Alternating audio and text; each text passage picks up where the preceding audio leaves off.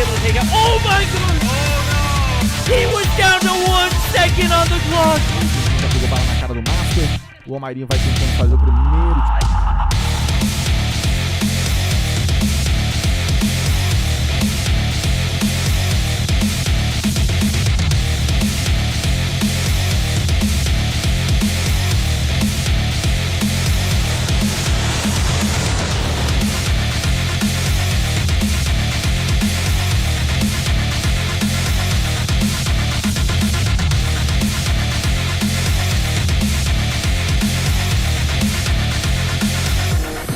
Da estátua vai tentar o tiro porrada e bomba! Vem! Clutch muito difícil de vencer, mas...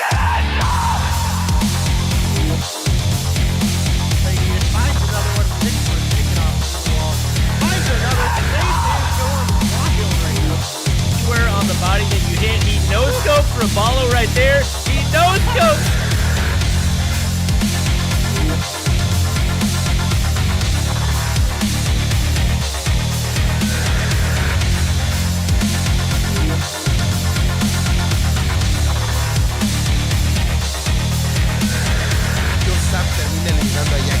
Queda solamente positivo por parte de repente consigue la primera baja de este round. Se da cuenta que no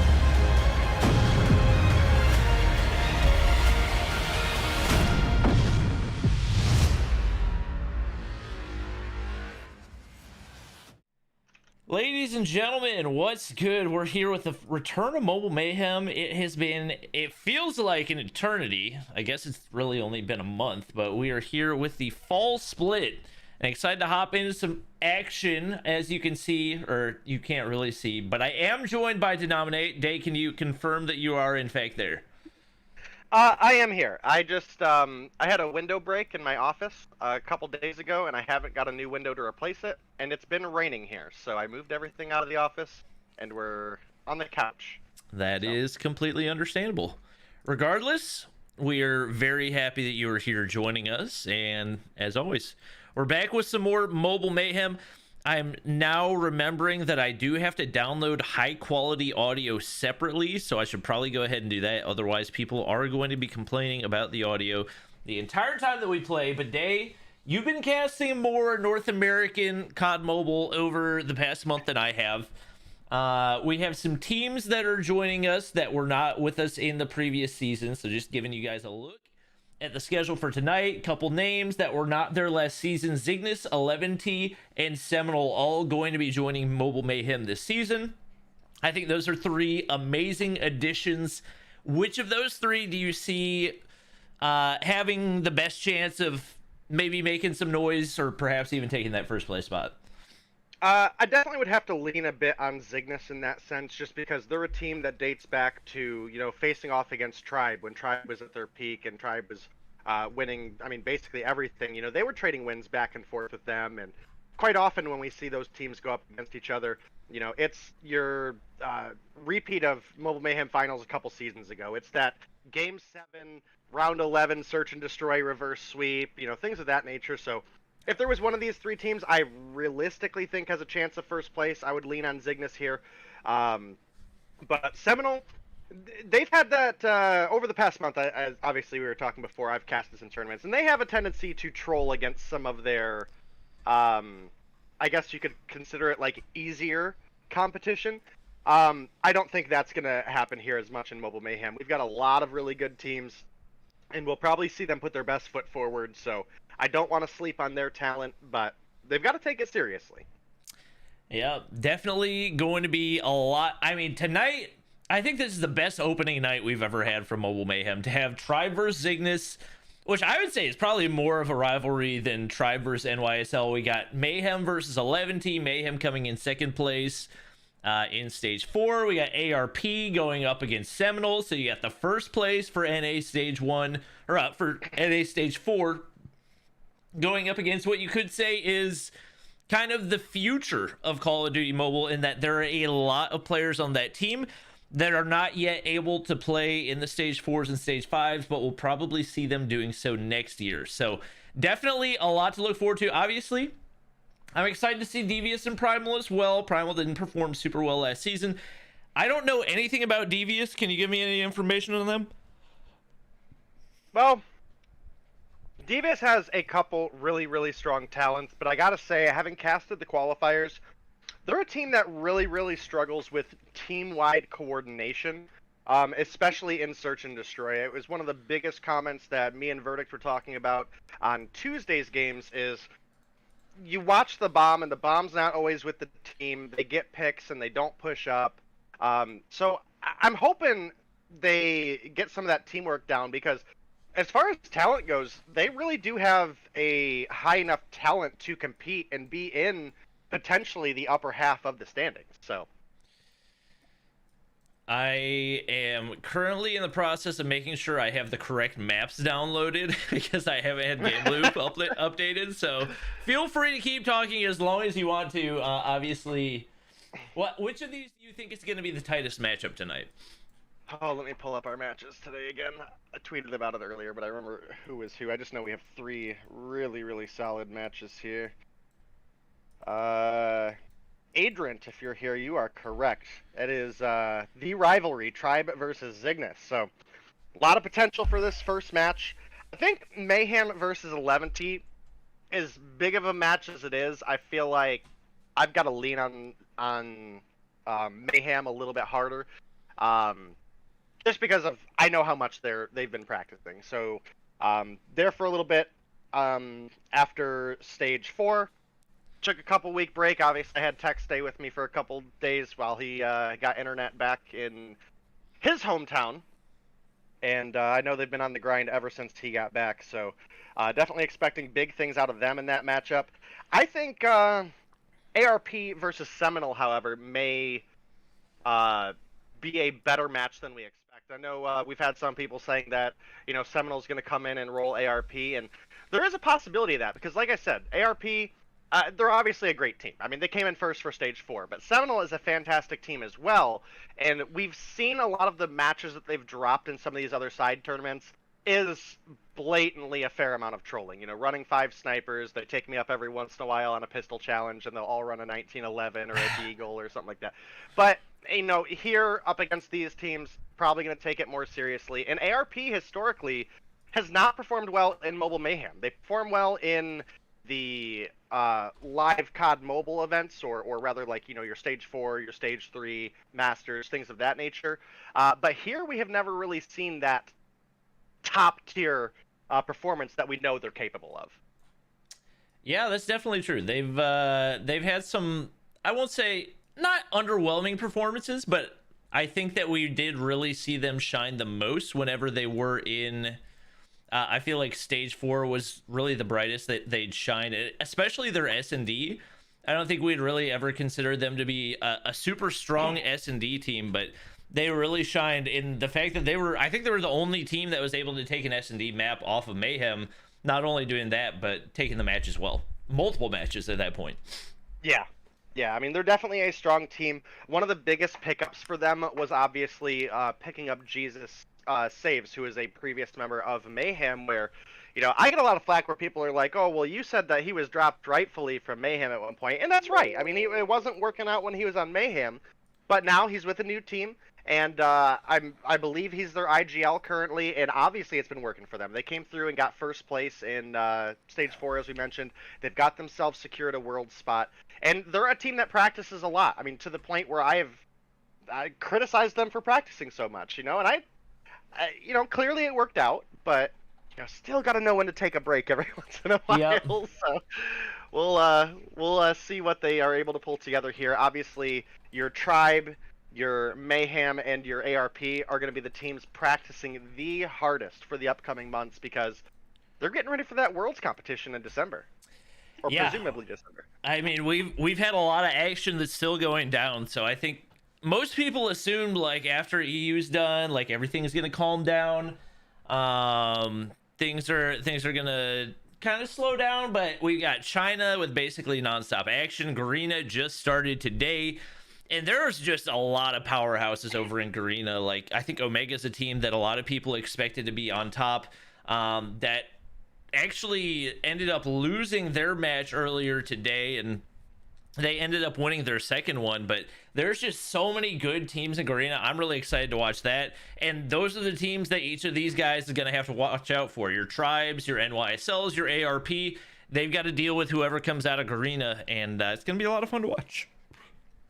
But we got everybody loaded in. I've got my app loaded up. I think I have the high quality audio downloaded. I thought we were going to be playing on Standoff because that's what it said previously. So I do need to now download Raid, but that should only take a couple seconds. And then once Raid is finished downloading, we should be good to go. That should probably be within the next 10 seconds. Yeah, hopefully that will be the case, and again, hopefully we get a really good match out of here again. This has been a rivalry for several seasons. I mean, they were competing under the name, obviously, Infinex, back when I first came on to the COD Mobile scene. Obviously, I think that was following, like, the Omen Challenger League of the day. Challenger League, what a throwback. Yeah, so... they've been competing under the name Infinex, and although the rosters have changed for both of these teams, I think it's one of those kind of just like inherent blood rivalries that for COD Mobile, Tribe and Zygnus will always have a rivalry, even if the whole team changes. So we'll have to see. It's one of those brand competitions, Yep, I am excited to get back into the action, and the spectator client's looking kind of crispy. I'm not gonna lie. It's looking pretty good here off the start. As you can see, Tribe sending out all their utility and just looking for the flank on in through mid-map right here. It's Tribe hopping on the point first. Band gonna get spotted out. Maybe a little bit of lag right here for us, but it is going to be Zygnus with that initial control onto the hard point. All of Tribe flooding through the mid-map. It's gonna be Marshy trying to make that push on in. Obviously, for those of you who have not played much COD Mobile lately, the meta gonna be MX9 and Holger. Probably gonna be seeing a whole lot of those two guns over the next month or two, assuming that there's no buffs and nerfs, which hopefully good chance that those do end up coming soon. But wow, what a start right here for Zygnus. Yeah, and I mean, speaking of the Holger and, even the Bison, I mean, they're two guns that, even with some minor nerfs here and there, they continue to stay usable in the meta, so definitely something we'll keep our note on. We do have Band holding down the stairs here. Only one kill on the board for him right now, and Tribe have essentially lost the entire P1. 45 going over to Zygnus. It is one of the easier ones to hold just due to the head glitches, laundry control, things of that nature. But Tribe have done a great job of picking up control on the jungle side spawns. Atenea is what we're going to go with here. Is Cheto, guys. I will probably just call him Cheto because it's easier to pronounce here in the first day, but we'll work on it in time. And, man, Zygnus, get another spawn control here. Do get a couple picked off, and that is going to be Just and the rest of Zygnus spawning out, and that's a big retake for the side of Tribe, especially as, again, they get that jungle side spawn back. They're for sure going to lock down the rest of this point, and I got to be honest, if you're Zygnus here, just set up for Garage. There's no sense of trying to take over the kitchen hardpoint at this point. 10 seconds to go, and Garage tends to be the money hill here. It's the easiest spawn to control. You move over to basketball court, which used to be one of the money hills, but with the erratic hardpoint spawns, you get some weird finicky stuff that happens over there. Yeah, right now, Zygnus holding that lead. Kinetic armor definitely going to be a big factor, and just like that, Tribe immediately gets the break right there, and now Zygnus trying to scramble, see if they can find a way in. That was perfect, perfect operator usage right there for Tribe, as they immediately get the break right there, and just like that, it's going to be a triple, maybe even a quad in the feed for Zygnus, and immediately going to be able to make their way back in. Just too much firepower for Band to deal with right there. Zygnus still in control. It's going to be contested for right now. One player on the backside. It's going to be Bolu working those head glitches, but that's going to be the explosion. And once again, hardpoint control going in for Zygnus right here. And Bolu just trying to find something. Not going to be able to land the shorty shot right there. Definitely another gun that we're still going to see a whole lot of usage out of. Marshy hopping topside, finds the shorty for himself. Band already looking to push out and make this rotation. As you can see, the 40... going to be nearly 50-point lead starting to form for Zygnus right here. This needs to be a big hardpoint hold if you are Tribe Gaming. You can see Tatio already at the top of the stairs looking to apply pressure. Yeah, and this really doesn't bode well for Tribe right now if Zygnus get the break. They have jungle spawns, which is pretty solid here for our basketball court. But it'll be based on if they get the break. But if they do lose this up to Zygnus, it's definitely not looking good, because Zygnus will be able to inch closer to winning. And historically between these two teams, where Tribe has been able to overcome is in the respawn. Tribe obviously suffer quite a bit in their search and destroy gameplay. So that's usually where Zygnus have been able to find the edge, is search and destroy, and then sometimes a domination as well. And with it being this close, you definitely got to think Zygnus, as I was mentioning earlier, have a real opportunity where they could win the whole thing. Yep, definitely looking good for anybody to watch stage 4. You know, I mean, S&D was basically the reason that Tribe got knocked out. They ended up DQing on one of their respawns, and because of it, just because they couldn't win in S&D, they still ended up not making it past what was it, like loser semifinals or something like that, which was really surprising to see. Loser semifinals against old Explicit, not even the AR Explicit. I mean, so that was definitely a rough position for them to be in. And I mean, right now, just rough. right now, Zygnus just owning the map. Kimwex 19 and 10, slaying out, and Tribe scrambling to try to get some control right here, but just too many points that Zygnus are holding that Tribe's not really been able to get any good gunfights as a result. See Bolu trying to take the long range fight with MX9. That's just not the range for it. He finds a little bit more in the close range, but Kimwex still on the point. Tatio immediately gets the trade, and wow, a really strong map in game number 1 for Zygnus Esports as they take the win 150 to 83. Yeah, I mean, again, this is typically where Tribe was picking up their wins against Zygnus, was in your hard points and your dominations. So the fact that they're down 1 against Zygnus right now in a best of 3 does not bode well for them.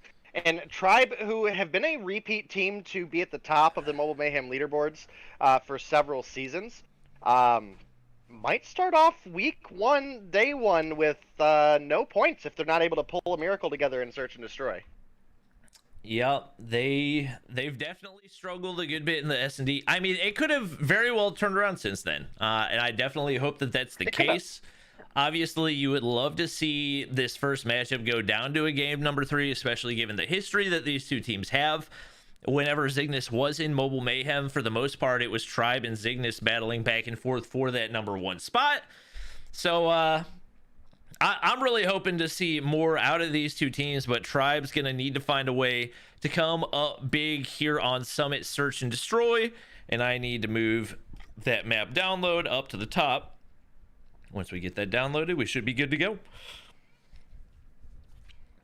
Yeah, definitely a lot of potential between these two teams. They're, again, historic rivals that I don't think anybody argues my point here in saying I will never get tired of casting a Zygnus versus Tribe matchup. I mean, this is a matchup that could very well be in the grand finals or semifinals or whatever it may be, depending on obviously how things place throughout the season. But definitely an exciting set of matches we have right out of the gate here. I mean, again, this is like finals week level of competition on day 1. This is a great way to start the season. Yep, excited to watch the action. Obviously, it is going to be Summit S&D, and I don't think we actually looked at the best of 3, but taking a look at that real quick. Summit S&D for game 2, and if we go to a game 3, it'll be Standoff Domination. Bans on the Annihilator and the Sparrow, neither of those too terribly surprising. That's pretty much become the norm, especially for North American competition. I'm a big fan of the map pool. Anytime that we don't have Domination on Crossfire or Hackney Yard, I'm going to be a happy man. Anybody who has watched any of Stage 4 or any of Mobile Mayhem knows that to be the case. But yeah, right now Tribe really needs to step up to the plate. They don't have Chelds. It looks like somebody dropped out, so we may have Chelds making a substitution right here, but for the most part, he was the X factor for them in Stage 4. When it came to the S&D, he was the one player they could really count on to really be at the top of the leaderboard, making the big plays. It is going to be Parrish loading back in. You got to keep in mind, Summit not as sniper dependent, just because there's a lot more tighter angles than a lot of the other S&D maps. So it could be a big opportunity for Tribe to come up big, but this is also the S&D map that they got knocked out on going up against Explicit. Yeah, you're absolutely right there, and I actually, I believe I heard Childs was dropped from the Tribe roster, so... Really? Yeah. I'm not... Who would you hear that from? That's what was said during the... what was that? The Dream Team event? Okay. There was a lot of, I guess, gray area around. Team Bolu had Childs and Marshy, and they were only allowed to have one of their teammates. So TSM Childs is Forsaken. Yes. Okay. Was it Childs or was it Forsaken Childs? It was Childs. Okay. All right. Well, then that may very well be the case. Either way, hello, we're ready to go. I'm curious about clarification on that. I actually haven't looked at the official rosters, so you could be very correct on that. Let's see, NA information. All right, do you have a bit of an update on how the cross-regional stuff is going to work for you guys as well while we're between games here waiting on players to ready up? The top 2 from each region will have invited spots to cross-region for LATAM and North America, which is why Zygnus and Eleventy are here now. And then, you know, just throwing 2 names out of the hat here, let's say Mayhem and ARP get the top 2 spots, then they'll be able to compete in the LATAM as well, is what it sounds like. So that would be pretty cool. Gives teams a additional spot at trying to grab some money. Okay, I'm looking at the Mobile Mayhem rosters, and Childs is still listed for Tribe. And that was on 10/1, so like 6 days ago. Obviously could have changed since then, but as of right now, I have no idea. And I'm sure chat will probably have lots of comments on it in just a few seconds whenever they catch up.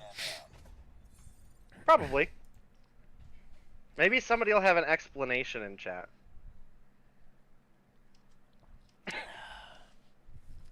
Otherwise, somebody cheated. No, I'm just kidding. All right. Just waiting for our teams to ready up. If you guys were ready before, you should be ready now. I guess somebody probably has to adjust something in their loadout, although you'd think for S&D, that's probably not one of the ones where you have to change quite as much. Marshy just taking his sweet time. I'm pretty sure Marshy's been awake for like at least between games, you know. I'm pretty sure Marshy's been awake for the last 24 hours, so I'll cut him like a tiny bit of slack, but also that's his fault. Bomb spotted. Enemy has dropped the bomb.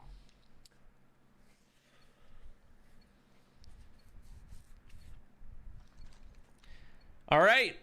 Hopping into the search and destroy right here. It is going to be Tribe on the offensive.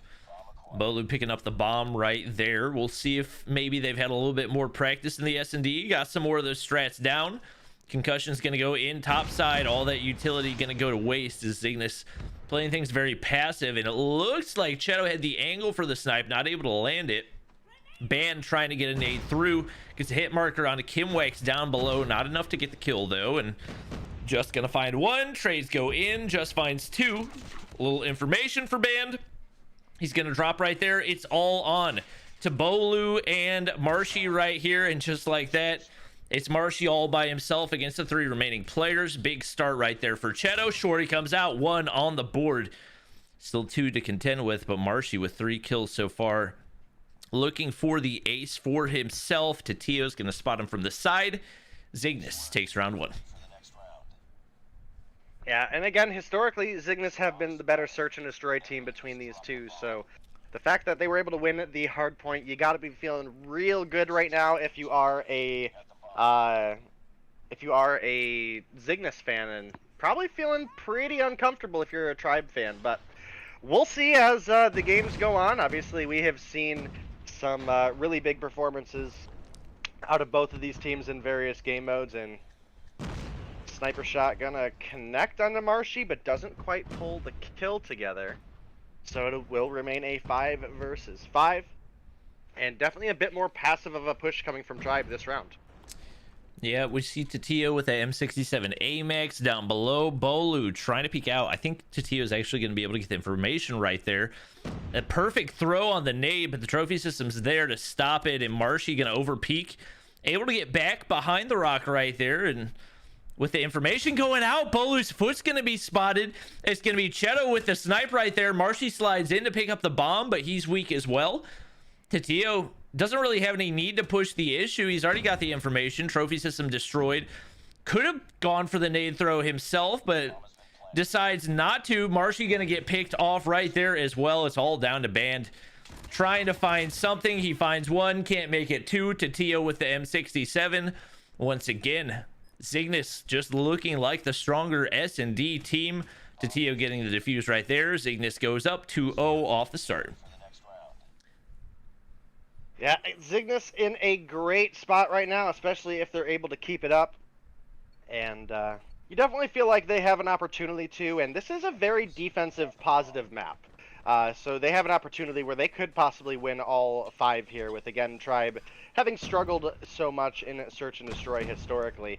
The amount of time it takes to rotate from B to A is literally like 3 seconds to get to that window that overlooks A. So a lot of really quick defense potential. Marshy might be jumping up into a shotgun of Cheto here. Does spot him and takes off. Doesn't want any of that short-range shorty action. And the 3-2 lead in favor of Zygnus right now. Make it a 3-1 as Kimwax is able to pick up Envy.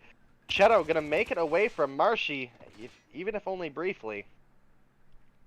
Yep, Marshy's going to back up right here, trying to find an angle. He's got a shorty in hand. He's got 2 players right next to him. Finds Envoy right there, able to get the kill, turns, gets another one right there, and it could be a 3-piece for him. Kimwax behind, off the head glitch, still able to land the shots.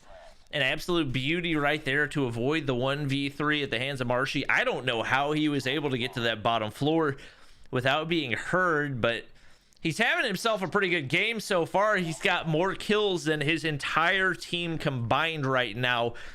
And if you're Tribe, you just got to see more out of more players. I don't know if that means taking a different route.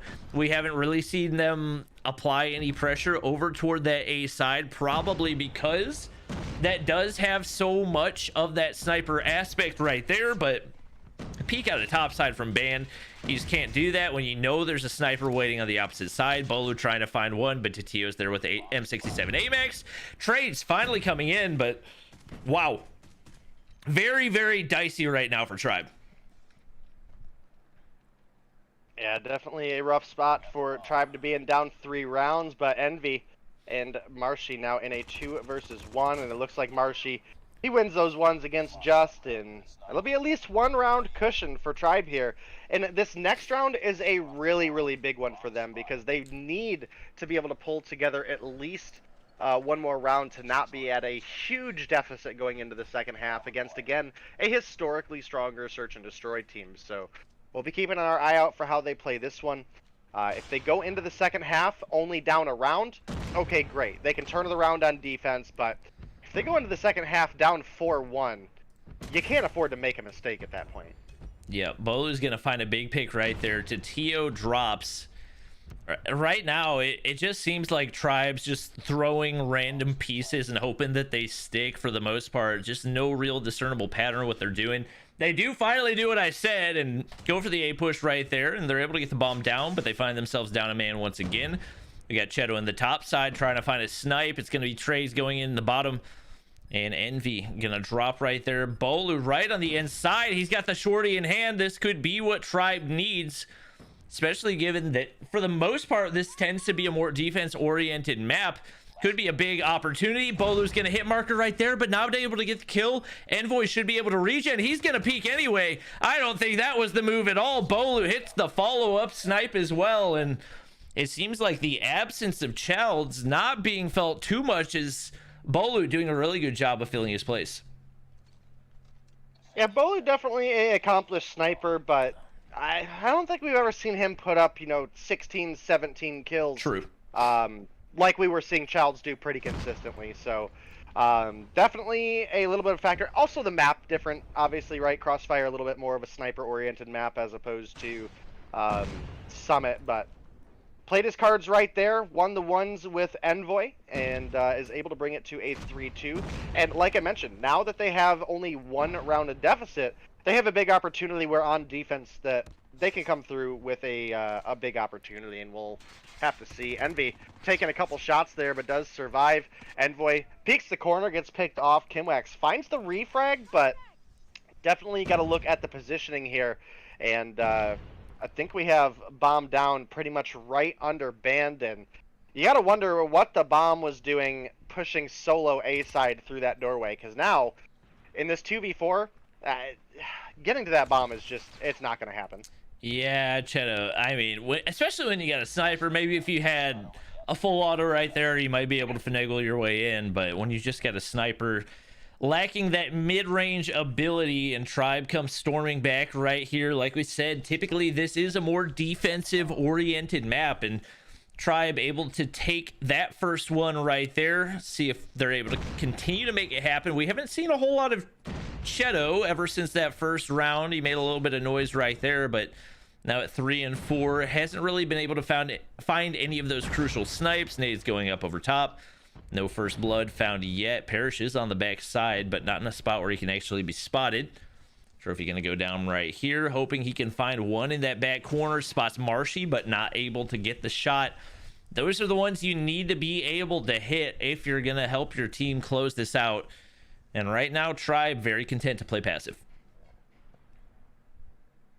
Yeah, concussion comes in, does stun Cheto up a little bit. I think he was a little fearful that he was getting pushed there, but fortunately it was a toss from a Dom, so not really a threat. Sees Parrish's head, but can't quite find the bullet to connect.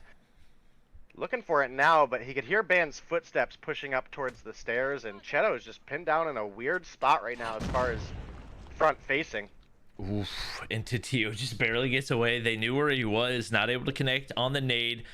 And it's going to be Cheto taking out one, but Bolu finds Tio over by that mid-entry area. We'll see if he's going to be able to find two right here. As Tribe now up a man in only 35 seconds for Zygnus to get the plant right here. If he can get the shot across the bomb site, it could be huge, and it's going to happen. Cheto drops right there. 2 players remain. He finds another. Bolu's finding his snipe once again, and it's all on to Kimwax to try to clutch up. Marshy's around the corner. He's got Shorty in hand. And Tribe Gaming starting to heat up right here. The search and destroy, typically their weakness, but the momentum allowing them to turn things around. Yeah, and we were talking about Bolu not having been, at least showed us, that he was as good of a sniper for the team as Childs. 9 kills on the board right now. You can't complain about that sniper performance. It's definitely a way to show out and put the team in a good position. So we know he's tried that main sniper position in the past. Didn't really work out. We often saw him switching over to, a Bison at the time and whatnot. Oh my goodness. I think this might be Bolu's season, though, for sure. Oh, man. I mean, if he keeps this up... When those shots are landing, there's not a whole lot you can do to stop it, even on a map that's as tight as Summit. He gets information on a player crossing in. I mean, with the shot that he hit up above, I thought there's a good chance he might be able to get him on the slide out as well, but that's one that's all about the reaction time, and he still finds it. Kimwag's gonna drop there as well. Bolu, the X Factor right now, 11-4 as Tribe has come storming back and had just gotten taken out. He probably would have had another to his collection. 2 players remain, Envoy and Cheto, trying to find something. Cheto drops. It's all onto Envoy right here. Can't even take out Parrish. And now it's Tribe Gaming at game point, looking to push things to a game number 3. Yeah, definitely looking like Tribe making a comeback here, and I gotta say, I'm loving it. I was hoping for a game 3 between these two teams, and it's looking right now like we're gonna have it. They've taken to this defense and really pulled through together well, and like I said, that last round of their offense was so important for them to win, and you can see it factoring through here. It definitely helps them keep the energy up, keep that momentum rolling forward, as well as they're 1 round away from winning it now instead of being tied in what could have been a 4 versus 4. So they have a big opportunity here, especially if we're able to get a first blood, but it is Kimwax picking up 1 onto Band. This is going to give Zygnus a little bit of an opportunity to start pushing up, but Marshy's there with the refrag. And we've got no bomb planted yet, so Tribe not forced to play against time. You could hear the fake plant going off for Envoy there, looking for someone to peek, but it's Parrish from behind, finds 1, finds 2! And that's looking like game 3, unless if Tatio is able to clutch up a 1v4 right now. I think he got a little information. He's gonna get a head top onto Bolu, but Marshy's down below. Shorty is in hand, and on the very same map where Tribe was eliminated from stage 4, they get a big opening win up against Zygnus Esports. That's gonna allow them to go to a game 3. It's gonna be Domination on a map that I am gonna have to look at under the best of 3, and it's gonna be Standoff.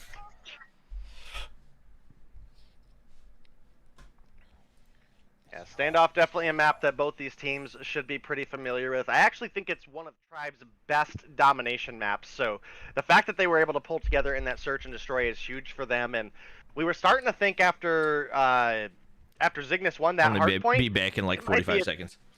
It might be a 2-0 victory for the side of Zygnus, but again, Tribe historically good at turning things around in a pinch, and you can obviously see where all the work was heavily put in on the side of Tribe here with Marshy. 13 kills on the board, Bolu with 11 as well. He was such a good player for the side of Tribe there, getting a lot of opening picks with the snipes, including multiple picks per round. So came through really big there. Paris with 7 as well, Envy with 5, and Bantown with 3. But when 2 of your players combine for 24 kills, I can definitely agree that it's sometimes hard to find people to kill.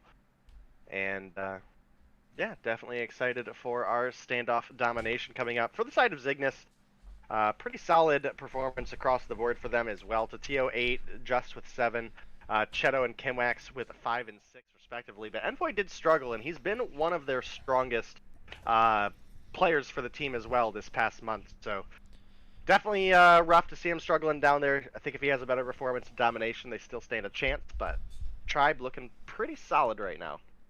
Yeah, that was the chat. Oh, you're back. Okay, cool. Yeah, I was gonna say that was definitely a stronger search and destroy, and it feels like for them especially, they're a team that's so dependent on just playing as a team and winning those group gunfights, and so much of that does come down to confidence. Obviously, Bolu is the X factor there, no question. He's not a player that we've seen pop off a ton with the sniper, especially as of late. Most of the time, that's been Chels over on Tribe. But the fact that you have that second player that's able to step in whenever your primary sniper is missing, just a huge X factor. And I think for this team especially, just so much of it does come down to confidence. Yeah, definitely could be the case. And like I said, Standoff in the few games we've seen Tribe play has been one of their strongest dominations. They play it really well. So looking to possibly see a really honestly, I'd love to see this game go down to the second half where we're counting the timer. But I can't complain. No matter who wins here, I have 0 complaints about how good of a first match this has been. Last season, it was like basically no game 3s. So to come out of the gate with this one, Yeah, I'm happy. we really did not get a whole lot of game threes last season. It was very top heavy to say the least, and even when we had the top teams go against each other, it still felt like it ended up being done in two. So excited to see a game 3 right here as these two teams get ready to hop into Domination. It will be refreshing to watch Domination without persistence because they don't have persistence banned in COD-M China. So that's like all that COD-M China is for the respawns, especially in Domination, which tends to go a little bit longer. I'm excited to watch this one. Should be a nice breath of fresh air as we get ready to hop into this one. And hello, we should be good to go whenever the players are. Yeah, I do kind of hate that the Chinese teams have to completely conform to the global rules. I feel like there could have been some give both ways, but it's definitely going to be interesting to see how they adapt, because as you mentioned, persistence not banned for them in respawns, as well as they play primarily search and destroy. I mean, search is a majority of their best of 5s and best of 7s, whereas obviously we have Hardpoint and Domination for the majority. So I don't know. The one change that I would have liked to see from the China version is longer Hardpoint and Dominations. They play 250 Dom and Hardpoint. Outside of that, I feel like for the most part, Global has the better like portion of the rule set, just in regards to bans and whatnot. I would agree with you there, and I've been obviously a pretty big critic of the 150 Hardpoint and 150 Doms, because you look at certain Hardpoint maps, like if you lose out on a Hackney Yard P1 and P2, it's dang near impossible to realistically pull together the comeback. You know, if the enemy team's got 100 points on P1 and P2, the game has just started. So hopefully we'll in the future see a little bit longer Hardpoints, a little bit longer Doms. I think 250 and 200 is pretty solid for those. Gives the game a little bit more time to develop, because again, if you're getting rolled at the beginning, you know, maybe you can make a break towards the middle of the map and start turning things around. But if the enemy team only has 30 points to go, 40 points to go after P1, P2, that is a very, very tight race to make. And we are just waiting on bans to get the map downloaded, guys. We'll get you into action. How are you a competitive COD mobile player and you don't even have Standoff downloaded? What? That's so maybe he just had to like leave the room and re-enter. Yeah, maybe it's a bug, who knows. Yeah, that's just so funny, because I feel like this is one of the most played maps. Look, I know they've been scrimming. He has to have Standoff downloaded. That's so weird. All right. Yeah, it must have been a bug. He left and rejoined and it's working fine, so who knows. Well, B is confirming yes, there's a bug. So, all right. Okay. We take back all the hurtful things we said about you, Ben, even though they weren't that hurtful. All right. Well, everybody's leaving the lobby, so we had a good run, guys. We had a good run. We'll get back into that whenever whatever the issue is fixed. Hopefully that doesn't take too terribly long. It's not letting me leave the lobby. There we go. Yeah, that's been doing that for a while. It's kind of annoying. Okay. I do appreciate the fact that we now have a button that actually like lets us look at everybody's loadout. So if like somebody really pops off and drops like 50 or something, we can look at their loadout after the game and be like, okay, chat, here you go. This is your new loadout to dominate in Call of Duty Mobile rank, because Lord knows it's sweaty as freak right now.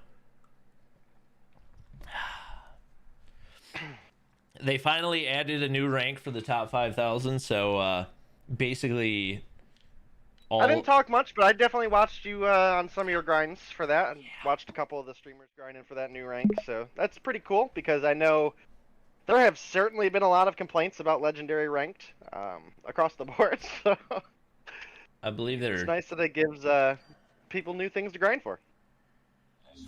Okay, looks like we're gonna restart the lobby again. Apparently the game is bugged right now. That's what we're getting from Lily, who I believe is the manager of Tribe, if I'm not mistaken. I believe so. That sounds like an accurate title. Okay.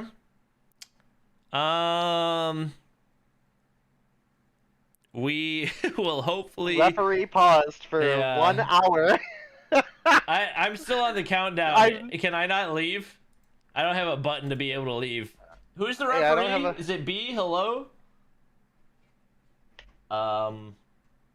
This is amazing. I've never seen this. Well, I'm currently stuck. Please don't start without us. Now I was saying match is ready. Even though it's been saying, oh, restart our games. Okay. All right, I will do that then. I'll be back. Reopening it right now.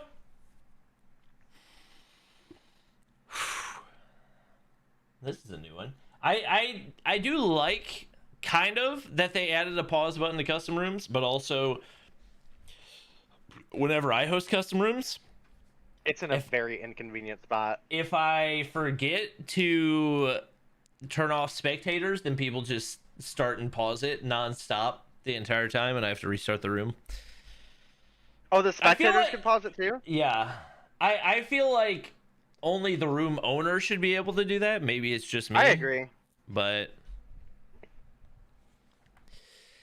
currently loading back into the game. Hopefully at this point we will actually be able to watch game number 3.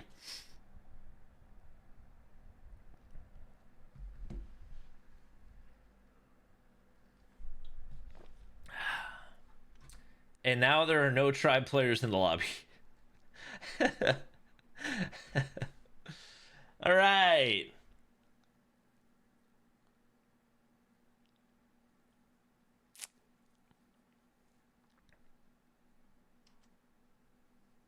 B left as well, or are we just totally remaking it?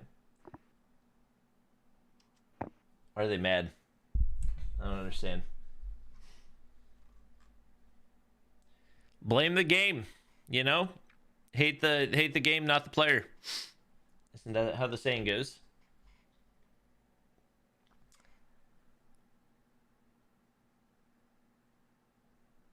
Oh.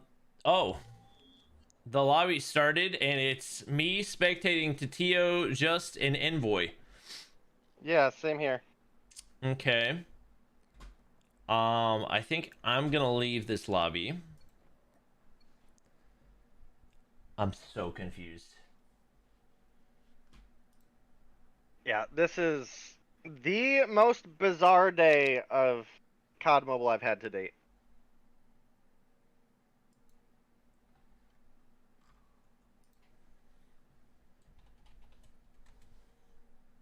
Am I stuck at this match ending screen again? Can I get an invite to the new lobby? I mean, how do I get out of this lobby is the real question. Back arrow.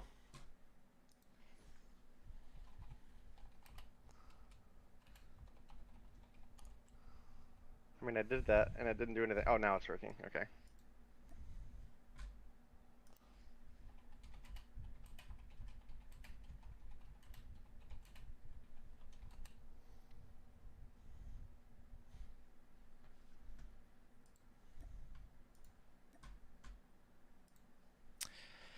Okay, guys, don't worry. We'll be back soon. We're working on getting all the... Fine, guys. I'll download the skins, okay? Goodness gracious. That's all I see in chat is everybody asking me to download skins. Well, I mean, you got nothing better to do at this moment, right? Is factual. All right. Currently finishing my download of 3 gigabytes of weapon camos.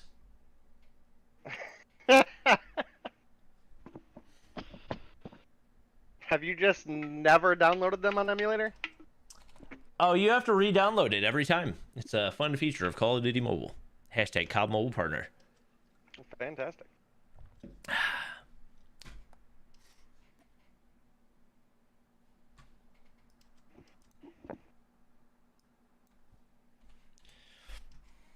Maybe one day they'll call you up and be like, Bobby plays, my dude.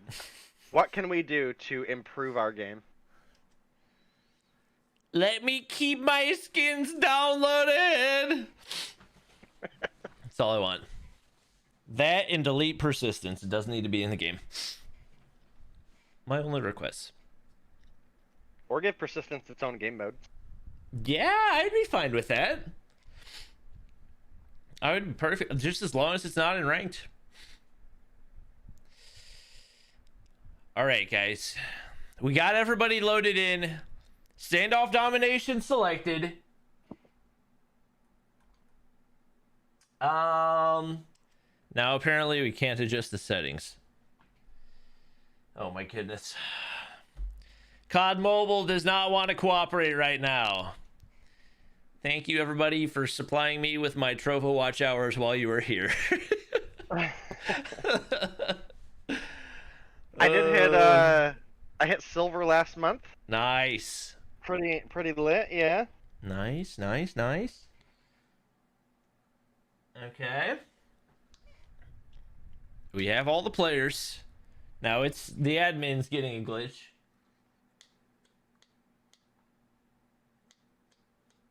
Okay. We have lots of copy pastas in the chat. We're off to a good start this season of Mobile Mayhem. Feeling good.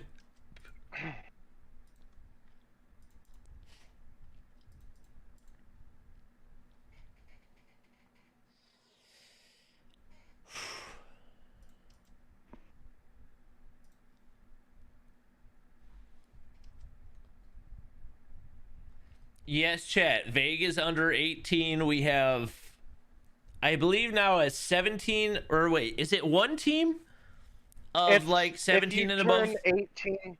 I'm pretty sure it's if you turn 18 during the season. Okay, gotcha. That makes sense. Actually, that makes a lot of sense. Okay. So I believe Vague turns 18 this season. Slothy's already 18. I actually don't know who else big on thing. Seminal. Slothy did get unbanned. He was supposed to be banned until winter, but he petitioned a removal of his ban, and they took a vote with the team captains, and they all agreed that he could play as long as he doesn't do it again. I feel like that's a pretty good agreement. Let me see who's on the roster for Seminal. We got Vague, who's the team captain. Hi, who is formerly... I thought he was still on TSM, but I guess not. Slothy and Hex, who are also on TSM for some reason. Forsaken and Raballo. That's a pretty stacked team, I won't lie. That is... Oh, and Jez. I missed Jez because the name wasn't highlighted for some reason. All right. I'm excited to watch them play. If we ever get to watch the game. Right. Chat, you can tell me to go however much you want to, but if the game doesn't cooperate, the game doesn't start. It's just the way of the road. You know what's crazy? We've been waiting for this long and I still haven't finished downloading the weapon camos. Fantastic. And now somebody else has made their way into the lobby. Just FYI, admins. Who leaked the room ID? Oh man. Country roads, take me home. All right, I think B is hosting now. We'll see if it lets us start the game.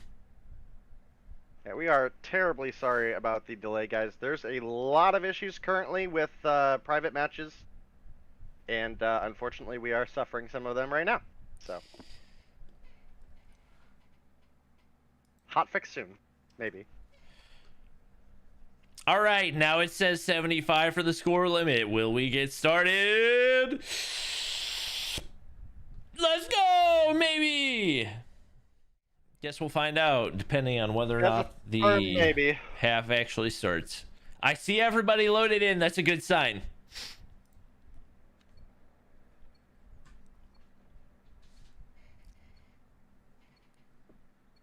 All right, guys. It looks like we are gonna have a domination for you. Enemy taking Alpha. All right. Players are moving. Nobody It's left. Let's go. actually starting. This is what you love to see. It's going to be Bolu staying home, capping the flag. Band pushing all the way up. Nobody contesting right now for Zygnus. It's going to be, I believe, Cheto just getting absolutely beaten. Just going to drop there as well. And even with MX9, which is not really that great in mid to long range, Band just beaming right now. It's a double cap for Tribe Gaming off the start. Wasn't expecting to lose the first hard point, but it looks like they're trying to make sure they don't see a repeat as they get the early double cap. But B control is going to be the main thing they got to focus on. Hostile hunter-killer drone. Yeah, definitely looking to be, and the AC cap come through for the side of Tribe. Historically, teams have favored A on this map, so definitely expect Tribe to be favoring their respawns there. However, it is Zygnus with the B cap right now. They have the C cap taken back. And if they're able to stop the cap here, they might be in a good position, but unable to get anybody there in time. A couple concussions come through, a couple kills come through. They might get the B cap right back and be a big opportunity for them to come through. I don't know what that Pred missile was, but Marshy comes through with a quad. Whoa, and Justice there had the opportunity, but the kinetic armor going to prevent the triple kill for him. Tribe immediately taking B back. That's just a lot of points going back and forth nonstop for these two teams. Envoy's going to find one over on boxes, and now mid-map control going back the way of Zygnus as they look to take B back. Envoy playing over on the tank right here. One player up in the top side. It's going to be Bolu looking to play spoiler, but they get it back in their control once again. He is able to find the double kill, and Kimwex in the backside could have potentially, if they cleared him out, gotten that B control back, but it's going to be a double going in. The hip fire from the Holger still going to land for Bolu onto Just. Slaying out right now, but they need that map control to get that B flag back. Lost the lead. Yeah, very, very close game between these two teams right now. And this is the action we really wanted to see out of these two teams. As soon as we looked at this, we were like, dude, that first match is going to be sick. And it has proven to be so far. We're now at just a 5-point lead for the side of Tribe right now. And that is very quickly trickling away as Zygnus maintain the CB. Band comes through with a third kill there, but Tatio gets the refrag from behind. It's now Parrish trying to get up onto the point. Does die a little bit early, but it's looking like Bolu might be there for the cap. The B cap comes through just in time as the game ties up, and now it's Zygnus once again back on that B. They're gonna flip it again. I don't think I've ever seen B flip so much in a game of this caliber. I have 100% never seen B flip that much, and Tatio's going to be able to clear it off right there. He's got kinetic popped. Envy trying to find the kill, but the strafe, the kinetic, too strong. I believe Band got spotted in the backside rotation there as well, and Tatio taking shots, able to find the kill once again. And every time it looks like Tribe's going to find a way to capitalize, get that B control. Zygnus immediately able to respond. They get the trades, they get the control back in their favor. Bolu going to be able to spot Tatio right there, and it's going to be Marshy finishing the job. Regardless, pretty close to half at this point, and it looks like it's going to be Zygnus entering the half with the lead. Yeah, very, very slight lead, but an 8-point lead nonetheless. And it does look like Tribe are going to spawn second half with A, which again is often what teams want in the first place. But Zygnus did come through with the lead, even though Tribe had the early flip in the first half. Bunch of concussions come in. They're taking a chunk out of Parrish and Band there. Tatio going to win the 1, but Band is here for the refrag. A and C capped respectively.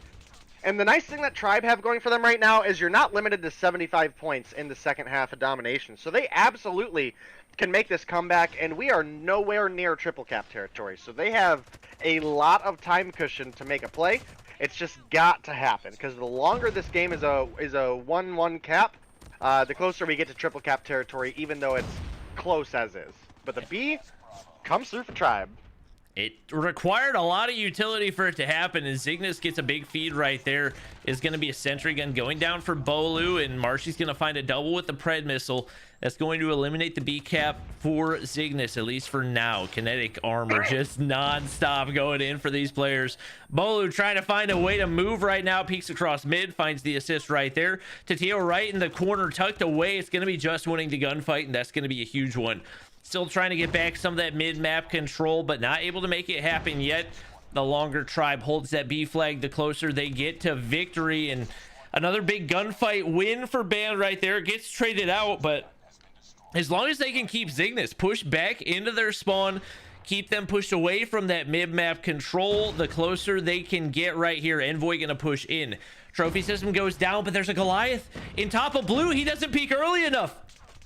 He waits too long right there. They give up the B cap, and the entire purpose of having that Goliath up in the top side was to prevent the B cap, and it's all for naught as we find Envoy with another 16 on the board. He's slaying out right now, and some really solid mid-map control gonna allow this Zygnus team to retake the lead. Yeah, Zygnus with a couple point lead, and Marshy coming up with a second Goliath. You would think this has got to be a big opportunity for Tribe to get the retake here. It is going to be a little bit dangerous as the B flag is obviously quite exposed. There's a lot of opportunity for grenades and rockets to come through, and one Goliath is taken down in Marshy's, but Bolu gonna push up there, sacrifices the Goliath for the B cap, and a three-piece comes through. They might have just sacrificed two Goliaths for nothing. Oh no! My gosh. Both of them completely eliminated. Perfect kinetic usage for Zygnus right here. They get beat back. They've got a Pred missile on the way in as well. Is going to be able to find Band right there. They're pushing once again, but they've got no map control. Tatio gonna find two. He's on 22 with a drone in his control. They clear away everybody in the way of B. And Tatio just spraying across that map. Only need to hold it. They don't need to hold it any longer. It's a triple cap territory for Tribe Gaming. Typically the respawn kings, but not able to find it right here. Zygnus able to find a way despite the double Goliaths to maintain this lead. Yeah, an absolutely insane game coming through between these two teams here. The 150 to 131 win comes through for Zygnus. They pick up the 2-1 victory. That's going to net them 15 points, and Tribe will only pick up 5. So definitely a really, really solid performance out of them. Tribe, obviously a team you can't sleep on. They have massively, at least seemingly so far, stepped up their search and destroy game. So I am definitely hyped for that this season. And again, I can't think of a better way to start day one of this season of Mobile Mayhem than a game 3 between Zygnus and Tribe, where it really came down to one play on those two Goliaths. That's rough. That's pretty rough. Yeah, and especially I can understand not wanting to like constantly peek mid toward B when you got a Goliath on the top side. You want to save your HP, but he had a lot of HP. And he was just sitting in the corner. I think he was trying to watch the doorway, but in the process took too long to peek over toward that B flag. And by that time, not only had Zygnus capped it, but Tribe wasn't able to capitalize and get any kills as a result of it either. And at that point, it was just too little too late. As you can see, Zygnus coming out on top. Neither team super positive. Obviously, overall, Zygnus more in the positive. Envoy +6, Tatio +6, Kimwax +3. And Shadow +1, but wow, what a performance for Zygnus to be able to take 2 Hardpoint games off of Tribe Gaming. 2 respawn games. Respawn games, correct. Be wild to have 2 Hardpoint games in a best of 3, but Envoy and Tatio came through obviously really strong for them in that game. As you mentioned, the kinetic armor use throughout that game, especially there on that double Goliath, was really, really solid for the side of Zygnus, and that's a big opening game because again, Tribe for several seasons have been number 1 in the leaderboard, and they come out on day 1 with a loss. I mean, it's not an easy team they lost to, so you can't hold it against them too much. Tribe is definitely still a T1 team, But man, this season we've seen one game, and this season is already way better than last season. Yeah, you're not wrong on that one, and we still got 2 more really, really good matches ahead of us tonight. How far? We're At least 2. We're an hour and Devious 15 minutes versus into the Primal. stream right now. Yeah. The Devious versus Primal might be a good game, just in the sense that I think those 2 teams are probably on pretty even skill levels. But it's just not going to be T1 good games, you know? I mean, we might see a game 3 in that matchup. We could see the underdog win. It's just, it's not going to be as hype as your Zygnus versus Tribe, obviously. Yep. I'm excited to watch Mayhem versus 11T, which we've got up next. I haven't seen 11T play, I guess, in probably 4 months, because we had a month between the end of Mobile Mayhem. What was it? The spring season and the summer season. They didn't play in summer season, then another month from then to now. I'm excited to see how the team has changed. Obviously, we saw Mayhem coming in 2nd place in North America. They've definitely, I mean, we know that they are a search and destroy threat to be reckoned with, but have definitely struggled with their consistency in the respawns. Excited to see how these 2 teams match up against each other. Yeah, definitely. And I mean, we said right at the beginning, the first 3 matchups are all going to be really, really sick games, and definitely expecting that still to be the case. And hopefully we'll see a game 3 out of these 2 teams. You know me, I'm not cheering for one team or the other. I'm cheering for the action, and I would love to see a game 3 here. Just because nobody wants to see, 2-0 blowouts all season long again. That was, sure, it was all fine and dandy last season, but we don't want it again. We want exciting. We've already passed our, as far as Trovo goes, we've already passed our peak viewership from last season, and we're only 1 game in. So I think it's safe to say people are more excited for this season of Mobile Mayhem, as we do have the Mayhem roster starting to load in right here. It looks like Awaken, Little B, Tectonic, and Nero hopping in, and if I had to guess, final player probably gonna be Space. Would that be right? One would think. I know that they've had some changes here and there, and that wasn't the player that they planned to play Stage 4 with, but he also did a phenomenal job, and I also have no idea who they've been scrimming with. So, could be Leon, but we haven't really seen him with the team a whole lot as of recently.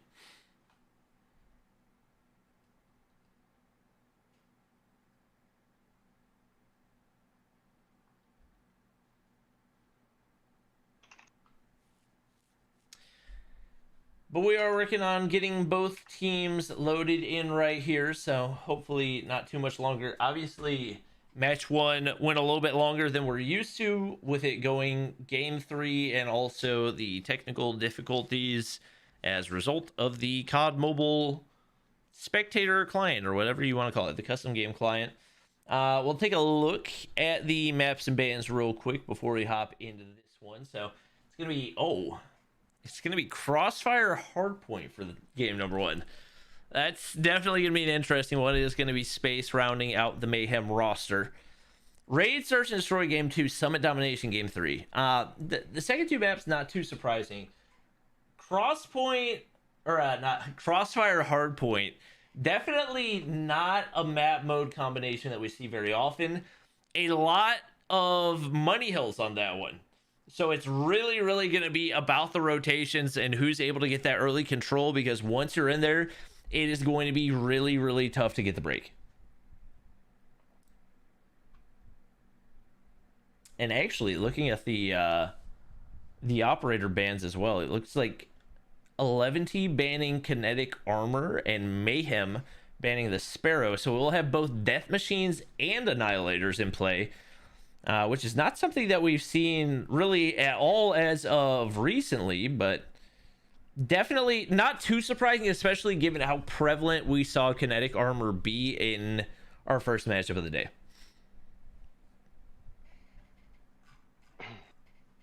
Yeah, I mean, it's I gotta say, it's pretty rough to allow an Annihilator in the game versus Mayhem. So that could be a little bit rough. but I guess we'll see. Obviously, Tech and Little B with the Annihilator is a scary force.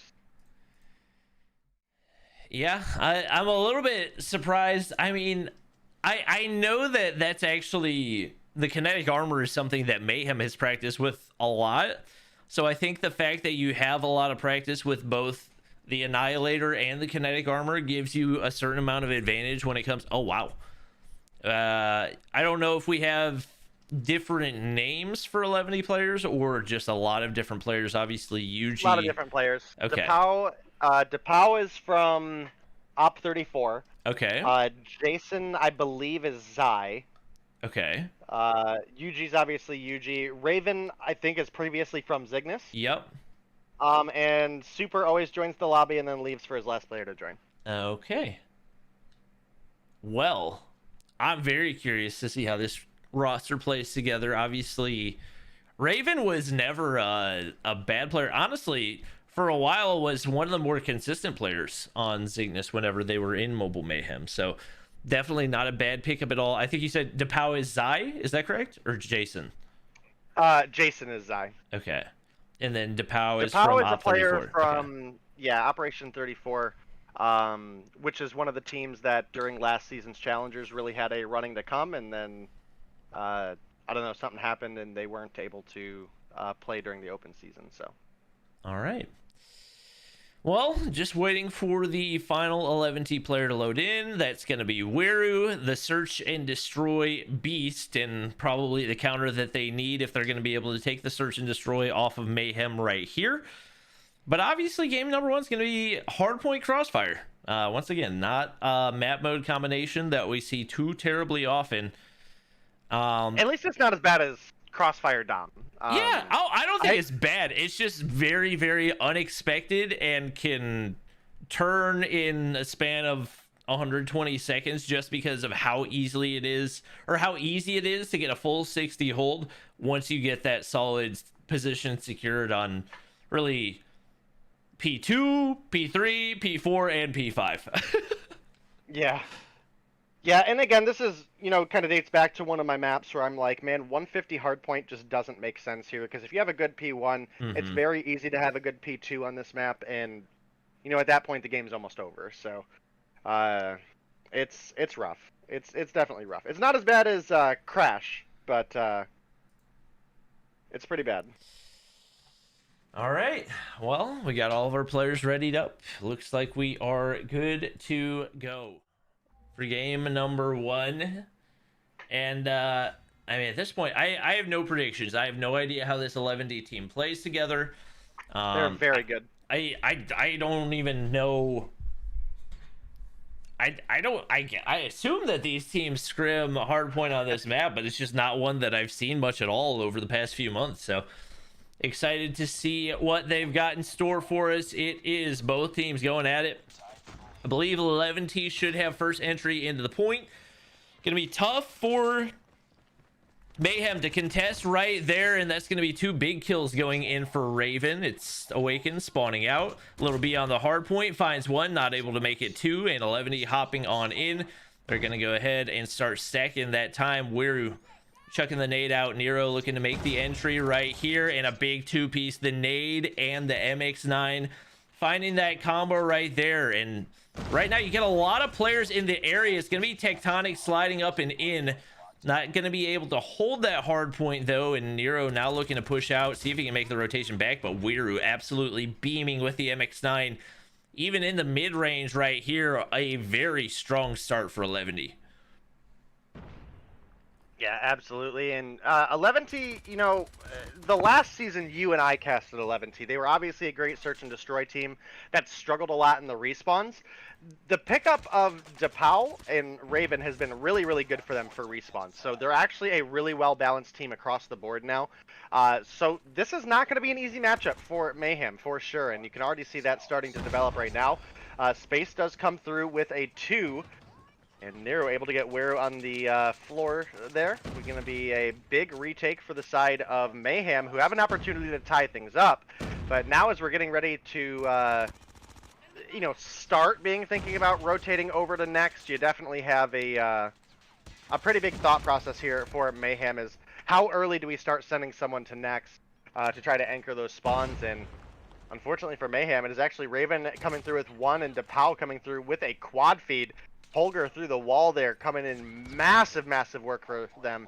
And the big retake comes through for 11T. Yeah, that was a huge kill for Raven right there to clear out Tectonic, who actually played that really well. Plays it patient, gives up a couple seconds to get the kill onto the player on the inside of the stairwell, but not going to be enough, and just all 11T in the feed right now. Mayhem struggling to get to that next hard point, and it is Raven beaming with the Holger. That topside control so strong. Space finally able to take him out using the M67 AMAX, which we haven't seen a ton of usage out of, but just really, really strong in the long range. It's going to be a double with the Pred. We've seen so many of those already, and it's 11T on the hard point again. Little B finally able to find one, but immediately shut down. Tectonic looking to push on in. Finds one, not able to find a second. It's going to be Wiru on the inside of the hard point, winning another one of those crucial gunfights. Nero on the outside trying to find one. Both players missing a couple, but it's Wiru with the final blow. And already, we find 11 at 100 points. Space finally going to be able to break on in and finally get a little bit of the scrap time. Is Mayhem looking to push things a little bit closer, but they're already at the point where they got to push out and try to get control for next, and it's 11 slaying out in the feed. You got Raven still in this top side control. 14 kills on the board already. And if you look at the KDs, just not looking great for Mayhem. Nero, -4. Awaken, -8. Little B, -7. Those are players that have got to have better performances. Tectonic shut down as well. And it is all 11T so far in game one. Yeah, 11T in a great spot right now, especially UG on the next hard point. He's got his Annihilator out. He's got a sentry gun set up on point, and this is going to be such a hard retake for the side of Mayhem. I just don't know if it's going to happen. UG, unfortunately, misses almost every one of his Annihilator shots there. And it's going to be... it is a retake. Mayhem was able to take control of spawns right there, which is not an easy thing to do, but they were able to push far enough through. I will say, I'm a little bit unsure of the amount of MX9s they've got in play right now, especially with all the long angles that you're trying to play. Space not able to find a shot onto UG right there, but they are still able to find the time. Regardless, they just don't have a whole lot of time to give up right now. UG gonna push on in. Still able to find the shorty kill. Tectonic with the trade to pick up the scrap time, but they're already looking to push out, and 11T is waiting. Raven looking to set up in that back spawn area. He's got a Holger in hand. He's going to be a nasty menace to try to take care of, and Space with the M67 might be their best shot of making it happen, but unfortunately that smoke going to go out. He's not got a whole lot of opportunity. They're going to get cleared out, and right now they just need to get somebody into the hard point. Jason looking to make the cross. There's two Mayhem players pushed up, but the Annihilator going to find one, can't find the last one. Mayhem contesting, and they're going to be able to get the break. Tech got a great respawn. Wow. Yeah, Tech got a great respawn there. Finds one, finds two, finds three. Almost able to find the third. One of his kills did get picked up there, and Mayhem, an opportunity to dang near tie this this game off of this hard point, might be making the comeback of the season. And right now, Jason gonna go ahead, hop toward the hard point. DePau finds a big two-piece right there. It's still gonna be 11D finding time, but it's Space going in, trying to contest, not able to find it right there. Awaken needs a kill, but Raven's there to play spoiler, and he's spraying through this entire roster. Space needs to find something big right here. They can't afford to give up much time. Finds one, but they don't have the players pushed out for that P1 control. Awaken's got to make the hero play, but Wiru shuts it down. It's 11T already in the top side of the hard point. It looks like they've got that control that they needed. We've seen this so many times for Mayhem. They come out flat in the hard point. They have such a good mid game, but it's not enough to make up the gap that they allowed to form in the early game. And 11T takes game number one. I do gotta say, specifically on your P3 and 4, or P4 and 5 for that map, it felt largely like Mayhem were almost playing against the game more than they were 11T. Mayhem had some giant retakes where 11T just spawned on top of them, and that is, unfortunately, again, sometimes the difficulty with the chaotic respawns that are in Hardpoint right now. So they definitely got to watch how they're locking down those spawns and getting those takes and making sure you're not just giving up the spawn right away again. To something that, you know, on previous updates would have been, you know, not an issue. So definitely something to consider. But 11T come through with a really, really solid win here, 150 to 89, largely due to the P1 and P2 performance that they had. So great game out of these two teams. The search definitely going to be one to look for, because we talk about these two teams a lot for their search and destroy presence. The second Weird joined in the lobby, obviously you made the comment as well that he is a legend for search and destroy, and we're getting ready to see that here soon. But definitely a little bit of a kill advantage for the side of 11T. DePau coming through really solid at 21 and 12, as well as Raven at 24 and 15. And like I said, those are your two pickups that were the most beneficial to them in respawns. So should be an interesting search. Yeah, it seems like there's just so many times. I mean, we talked about it all through stage 4, but Mayhem just has that tendency to come out flat, especially at the beginning of the hardpoint. And we saw it, it seems like in every hardpoint game that they lost, it looked like it was going to be a blowout, and then it ended up being really close. But they have the potential to play it really well. Just something about the team. I don't know if it's a mentality thing or if it's something else, but whenever it comes to those first two hardpoints especially really struggled. And we saw I think 11T got what pretty close to like 50 seconds on the hard point, and they had the early rotations for P2 as well. And even overall, like, Mayhem was getting outslayed pretty significantly. The fact that that game was as close as it was a little bit surprising. If they can find a way to come out hotter in the hard point, and obviously Domination, what they're going to be looking forward to more tonight. Not one that you have to worry quite as much because it won't snowball quite as quickly. But obviously the thing they got to focus on mostly right now is going to be the search and destroy here on Raid.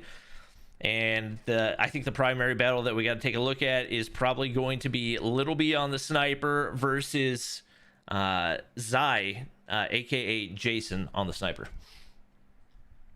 Yeah, and definitely going to be looking at the likes of Tectonic and Wiru for your main slayers for search and destroy.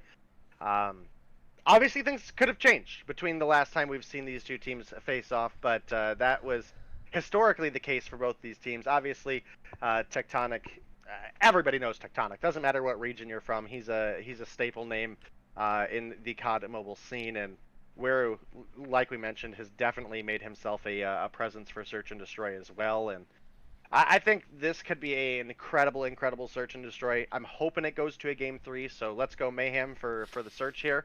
But like I said, this new 11T roster is incredibly solid, and it's not going to be an easy match, not only for Mayhem, but for any of the other top teams that we're looking at, the likes of your Zygnus, your Tribe, your ARPs. They are going to find their struggles with this 11T team.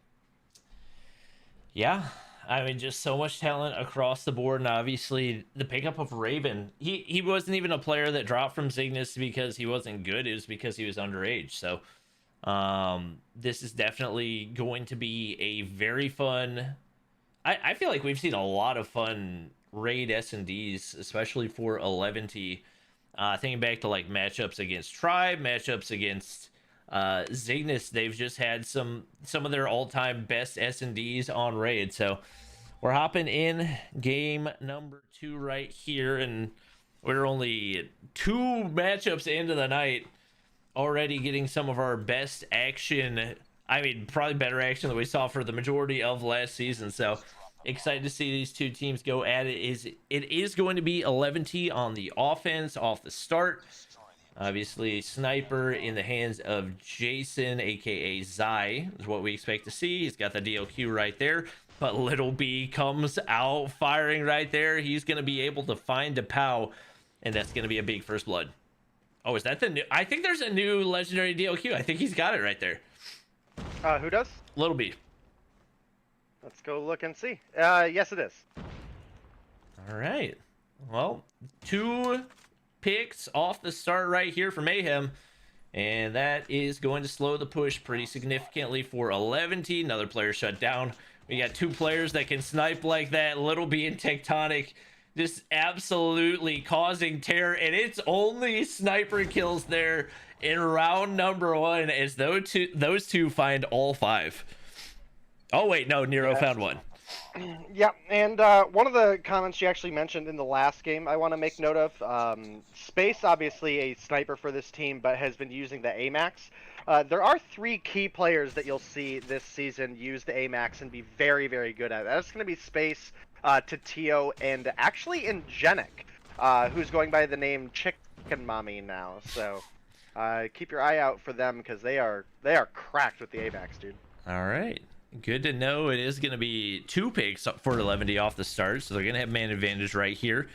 Usually spraying across the top, trying to find one that's not really the ideal range for the MX9 and Awaken. Going to be able to find one.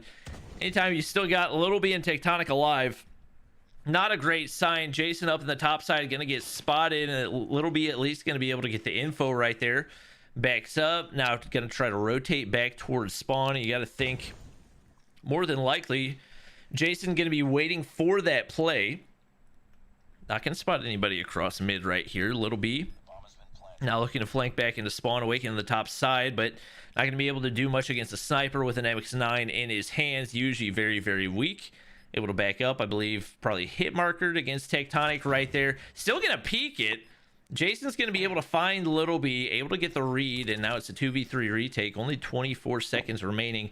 Tectonic needs the pick here quickly, but Jason down below, shorty in hand. It's all on to Awaken. Tries to find one, not able to make it happen. And with that kill not going through, probably not a very doable situation. Where he finds the trade, and that ties us up at 1-1. Yeah, hopefully we see a round 11 game go here for this search and destroy, because again, both these teams are renowned for their search and destroy prowess, and obviously Mayhem came through with a really fast and really strong first round, but it is quickly turned around, and Little B gonna pop the corner, finds Zy, gets a hit marker onto DePau, but the one trade does come through. Now getting pushed a little bit, misses the shot on the dome of Yuji there, but is gonna make it out alive. And now 11T split a little bit, and this is one of those key factors that I have been mentioning about looking at teams' bomb control as we get closer and closer to Worlds. You start thinking about you know, how good the Chinese teams are at search and destroy. If your bomb is separated from the team and in a spot where if they die, it is going to be an absolute nightmare to break, you're not doing yourself any favors. So we'll definitely have to keep an eye out, because I mean, look where Yuji is. I mean, if he dies in money here, and NYSL gets the call out on that bomb down, that's round over. Yep, Awaken's gonna find another one right there, just like that. Little B slides on through, maybe a little bit over aggressive with the sniper right there. Gets traded out by Raven, but still a 2-man advantage, and Awaken able to get away with his life. No surprise. Tectonic yet another pick. He and Little B, as we said, just an absolute nightmare for 11T to deal with right now, and 11T just put themselves in a really bad spot where they were basically surrounded on all sides. They were stuck in mid-map with no way to apply pressure anywhere outward, and it was just Mayhem finding pick after pick, kind of dismantling that approach right there. We'll see if they go with something different right here, as they haven't found a ton of success, obviously able to find a round, but they need to get this push up toward B to make it happen. Awaken there, waiting on the opposite side. He's going to get hit by the nade, perfectly placed by DePau, and that's going to allow them to apply that pressure. Smoke's going in to allow them to get the bomb site as well, and now usually looking to make the push on in, but Tectonic peeking on through, just waiting for somebody to give him a sliver. Not going to be able to find it, but Nero finally able to find that trade, and he's got a whole lot of room to work with right there. Not able to find a pick. Wiru, big one right there. One for Jason as well, and now it's all on to Space and Nero. Yeah, definitely the case. Ooh, Space was looking for one, but gets picked off by Zy, and after we saw another really good round for Mayhem come through, it is a return once again for 11T, tying things up 2-2. It is going to be the last round of 11T offense here, and it'll be determining who takes the edge going into the second half, but man, I love this game so far. This season is going to be my favorite season of Humble Mayhem to date. I think down. I think I would agree with that. Oh, Tech's nasty. Oh my gosh. Tectonic and Little B. Oh, and that's one that Little B's just absolutely got to find. You cannot afford to miss that shot, especially when you got, what, 3 players lined up in front of you, not able to find one of them. And just like that, were you able to come through, find space right there. And now a lot of pressure onto Tectonic and Nero. And Nero actually top ranking for the team, just able to find those quiet kills. He doesn't make the flashy plays, but able to play the off angles and catch people off guard. It's where trying to push through the top side, see if he can find an angle, not spotting anybody. And Nero finds another to bring it to 3-3. Yeah, he's looking for DePau as well. He keeps throwing his utility into the little cabana bar there. Wero rotating through behind, finds one, but Awaken's able to get the turn. It's going to be a 2 versus 2. And now Awaken pushing on up. DePau, yeah, I think he got called out by Tech there. Rotates right into Awaken. Great teamwork out of Mayhem there. It's now Raven left in a 1 versus 2. He's taking shots at Tectonic. Looking for the rotation out of Awaken. Picks up 1. It's now a 1 versus 1. Tech in a difficult spot. 15 seconds on the board. Has to kill Raven. Raven pulls the trigger a little bit too soon. Oh, he's got the shorty in hand, and that's his favorite spot to be. Gonna be able to land this shot just in time, and I don't even know if that was the right play. Only 3 seconds of time needed to play around with for 11 to be able to come away, but he pushes the angle anyway. No sound of the bomb defuse, but it's gonna allow Mayhem to go into the switch with the lead, and we'll see if this impacts the pace of the game at all. Obviously, when you got snipers like Little B and Tectonic hitting shots, and Little B gonna hit marker there, forced to back up. He doesn't have a whole lot of time to work with, but he's got a nice angle to work right there. It is going to be Nero finding first blood once again, and he has just been the quiet hero so far for Mayhem. Yeah, and Nero has been for a while. I mean, he's one of their strong objective players, but his search game is really well, and you can tell the knowledge that he brings to the table. Raven throwing a concuss out there. He's going to get the hit marker knowledge. The bomb plant is great for Mayhem, especially since they were able to get it early. It forces 11 to play against the clock in an already uncomfortable position, playing a 5-3. Yuji's able to get a refrag on Tech that gives them a little bit of a cushion, but now as Raven rotates up, finds one before getting taken out by Space. Space finds another, and looking for DePau now, finds the 3. Holy crap! Space is cracked, bro. And that is what... Wait, oh no, he's not even using the Amex. He's using the SKS, so I forgot. The SKS actually got a buff. And now is pretty much a faster firing M67 Amex, but it has like a little bit more flinch animation. That's like the one downside, and not quite as much mobility. A huge 3-piece, basically quadrupling his kills in a very short amount of time. Usually right on the backside right here. Good play. Spoiler, 2 kills go in. He's trying to find 1. Major assist goes in for Space. It's Nero getting to kill once again. 3v3, trying to find an angle, but it's Raven in the mid map playing spoiler right there.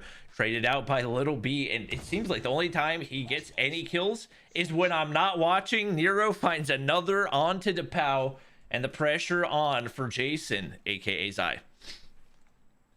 Yeah, and you can see how well Mayhem are playing the bomb here. Both players go ahead and get that bomb, start rotating on over towards A, and they won't know it. It'll take them a second to get into the bomb site, but they're going to have the 2v1 set up on basketball court with a free bomb plant because Zy is sitting over at rings right now. He's now starting to make that rotation, but again, if Mayhem play this right, there's not a realistic reason that they should lose this 2v1. The bomb plant comes through from Nero, and now Jason, he's in a 1v2 against the clock. Oh, I think he might have caught a glimpse of Little B there. Ooh, and Little B hasn't seen him. He's rotated all the way down to that left side. But I think, did Jason miss a shot right there? It looked like he had the perfect angle onto Little B. Not going to be able to land it. Now all Little B has to do is sit back and wait for him to make the push. He's only got 23 seconds. You know, he's got Nero for the backup as well. And now looking to make the push. He's got the perfect rotation. They don't see the read right there, but Little B going to be able to hit the quick scope anyway. Didn't even bother pulling out the secondary. Mayhem 1 round away from closing this out and pushing us to another game 3. Yeah, looking like it, and like I said, I'm not cheering for a winner or loser in the series, but I'm definitely cheering for Mayhem to pick up the search here because I want to see that game 3. We got that exciting Zygnus versus Tribe out of the gate, and you know, I'm always down for a another domination, especially with 2 teams of this caliber. So,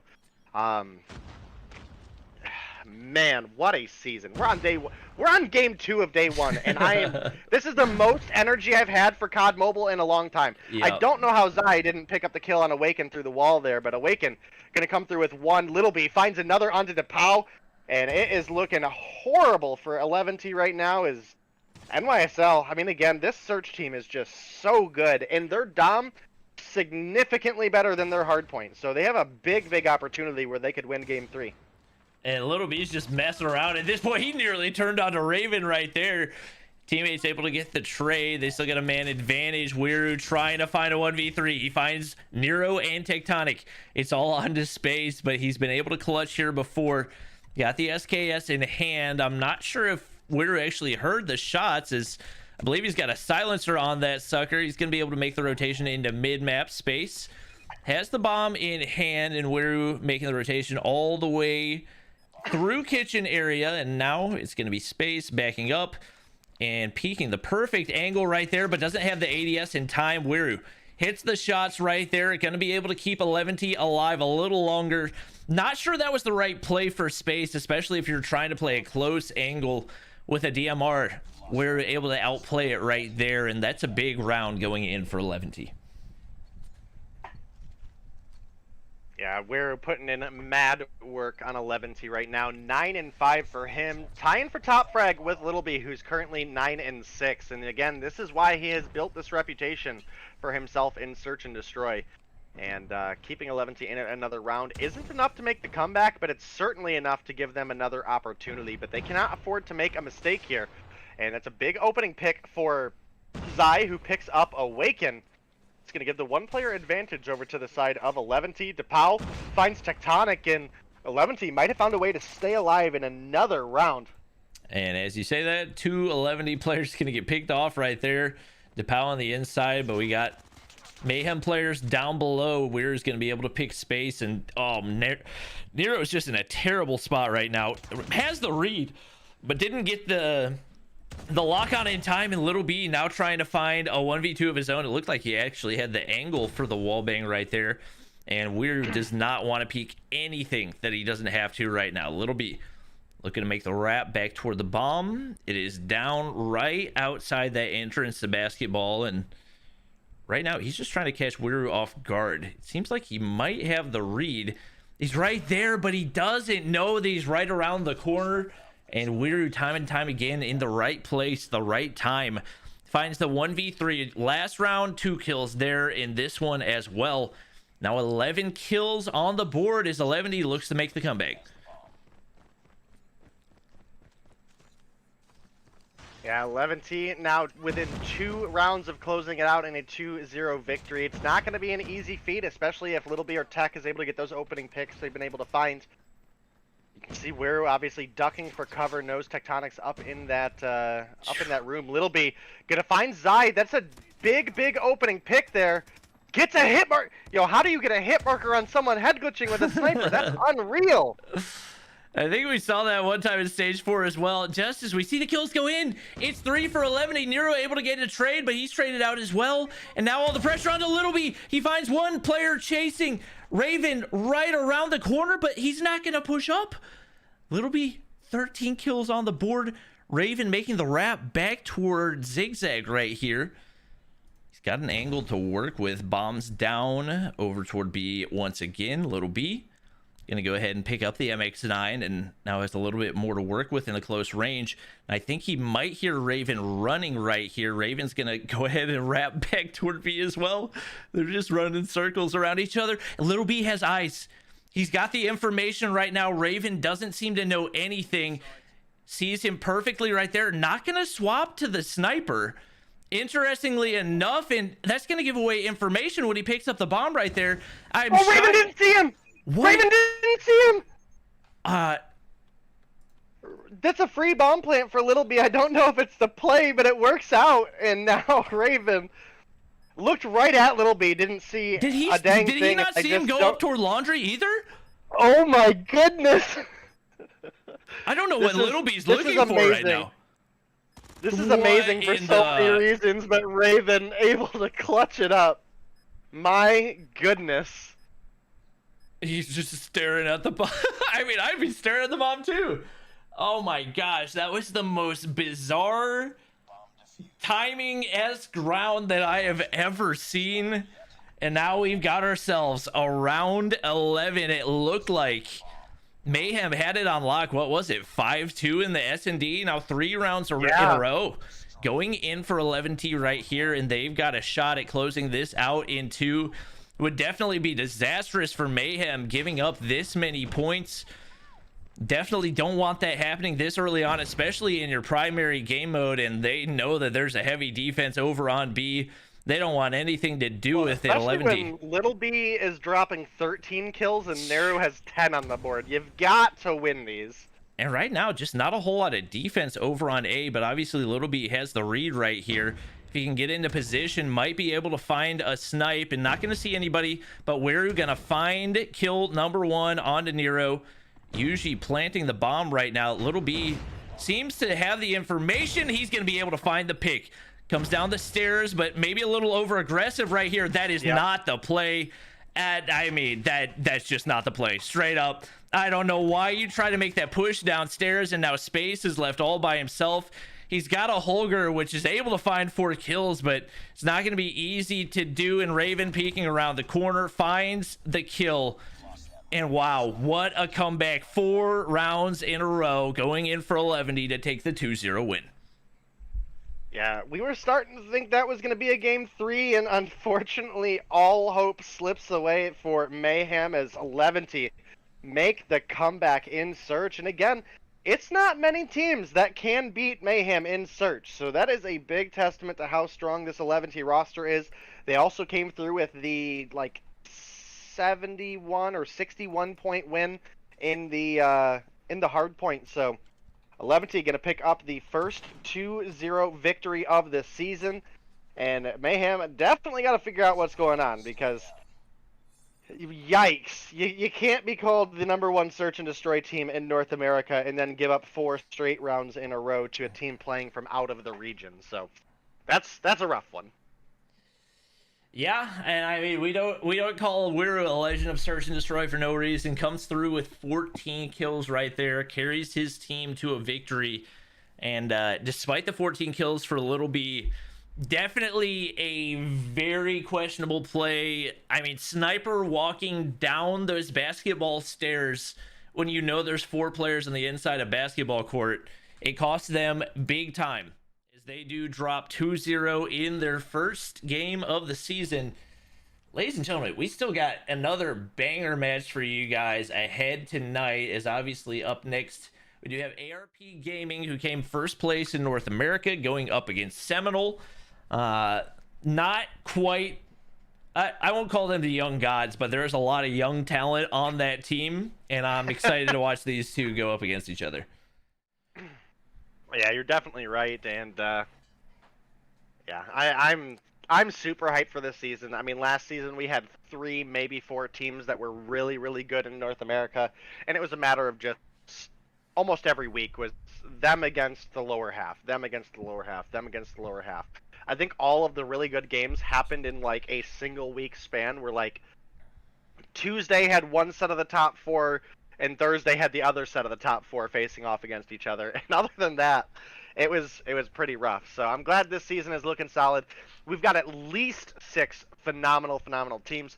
We haven't seen enough of the new Primal roster to know how they're going to compete, but obviously we know the potential that any team that has Meralto has. It's just a matter of finding a 5th player to actually show up. So I know they picked up Shorty recently, who is actually one of the phenomenal talents in the girls' league. So that will be exciting to see how far they've come. Yep, I'm just excited for this season in general. We got a lot of good matchups ahead of us, and definitely going to be, like you said, probably our favorite season of Mobile Mayhem, especially given the level of competition that we're seeing out of so many of these teams. and all teams that we're going to see probably over the next year in stage 4s and stage 5s if they're not already playing in it. So we got Zygnus, number 1 spot in South America, or Latin America is technically the region. We got ARP, number 1 in North America. You got Tribe coming with the Masters. Mayhem coming away with the 2nd place in NA. And probably a lot of these Seminal players that will be representing probably some of these teams next year. It definitely could be the case. I'm trying to confirm with the admins here. I'm not sure we're actually going to have the ARP versus Seminal game.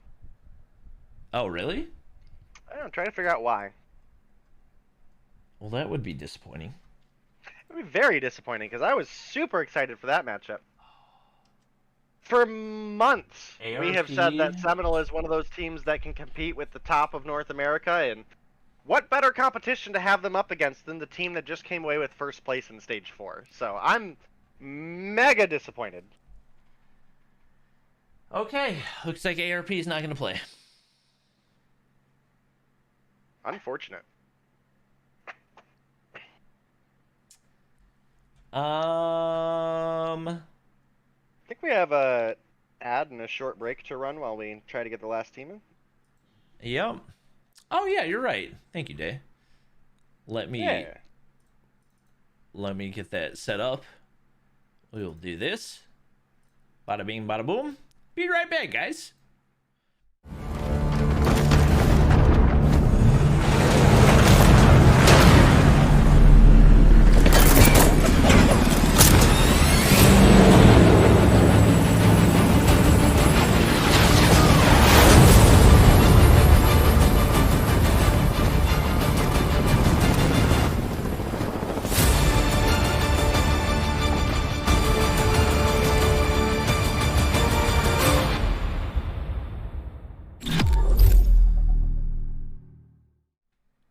New Battle Pass, Call of Duty Mobile. Check it out. Yeah. Okay, it looks like ARP is not going to be able to field a full roster, which is truly disappointing because I was really looking forward to watching that matchup. But that doesn't mean I get to go to sleep at a reasonable hour. So you know what? You win some, you lose some. Is G-String coding?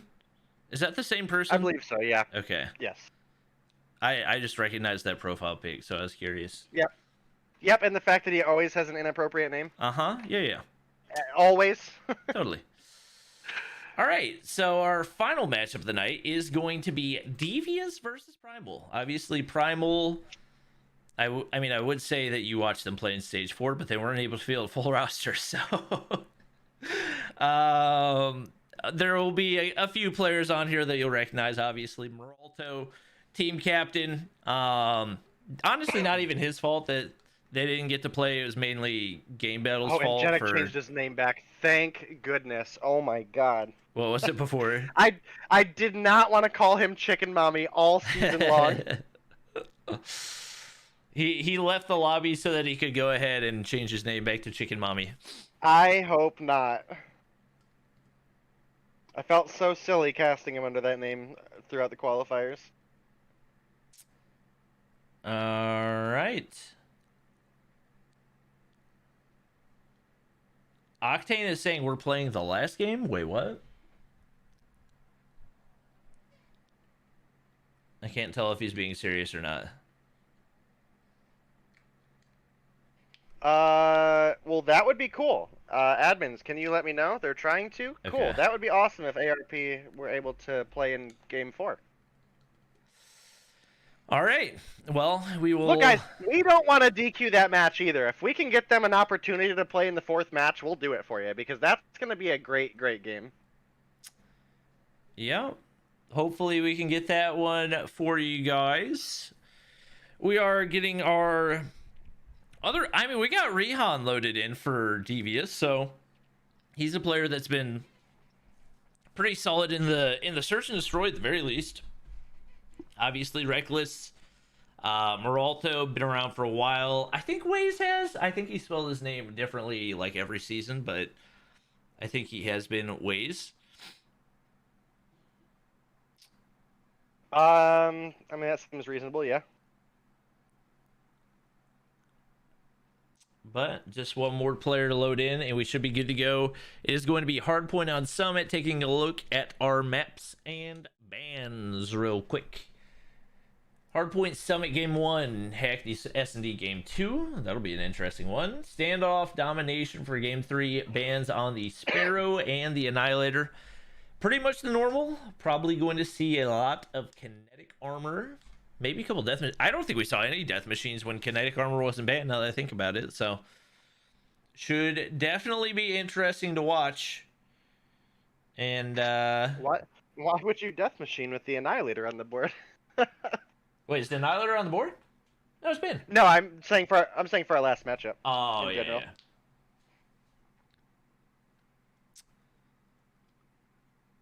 All right. Well, Yeah, for this matchup, it's the Annihilator and the Sparrow band. So the Kinetic is G8 as well. I'm actually now seeing from the admins for this match. G8? So that's, yeah.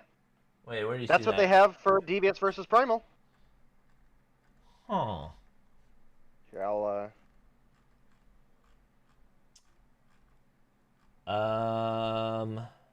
match 4. Kinetic G8. Okay. Well, we haven't seen that for any of the other matches. So they basically got 3 bans. Interesting. I'm sure most of the other teams are trying to practice for champs rules, so Yeah. they're probably not going to GA that stuff out. Yeah. Because they're going to be practicing ban strategy all throughout the upcoming months. Mm-hmm.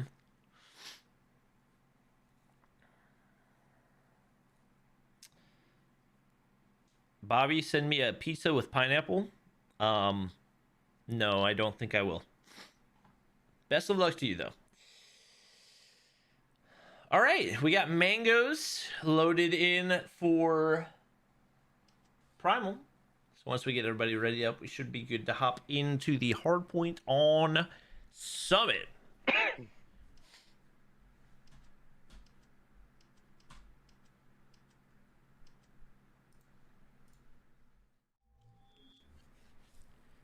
All right. And look at that. They were forced to play a game early. They were here. They were ready. They got in the lobby fast. Yo, I'm voting Primal and Devious all season now. We are getting word that ARP officially DQ'd and will not be playing tonight. So they will not be playing following this matchup. This will be the last one. It is going to be, oh my gosh. I'm just gonna have to look at and see which team Moralto's on so that I know which team is Primal and which team is the other team, which is Devious. Primal is blue and Devious is red. Okay. Yeah. Well, Ning gonna be able to find 2 off the start. Moralto able to find a quick trade. Is gonna be Devious. First lead at least off the start. Moralto very heavily concussed, tries to find the turn with the shorty, but not gonna be able to make it happen. Another couple going on in for Primal, but regardless, Devious still stacking that time. Looking like a pretty even P1. Yeah, and I gotta say, I'm happy that a lot of these players changed their name back because I didn't want you to have to suffer through calling Ingenic Chicken Mommy, even though we actually don't see him here right now. But I'm not Beetle and I'm not Rihan. Actually ran the names Cute Dragon 83 and Cute Dragon 84 all through qualifiers, and that was a nightmare. So. Understandably so. Rihan, off hot start right here. 6 kills on the board. Looking good right now for Devious. It's just gonna take me a minute. Anytime we get new teams, it takes me like a solid 2 or 3 weeks to actually remember which team is which, but it's gonna be Devious with the lead right here, and big feed going in. Zol finds 2, Ning finds 1. That's a triple feed, and Ning sliding the corner as well. Nearly had a quad. Waze finally able to trade out right there. Get some pressure onto the hill for Primal, but shut down once again. Still Devious, stacking that time. Yeah, very back and forth P1, but a very strong P2 coming through for Devious. Reckless slides the corner in between 2 players, doesn't know who to shoot at, and does get dropped in his confusion.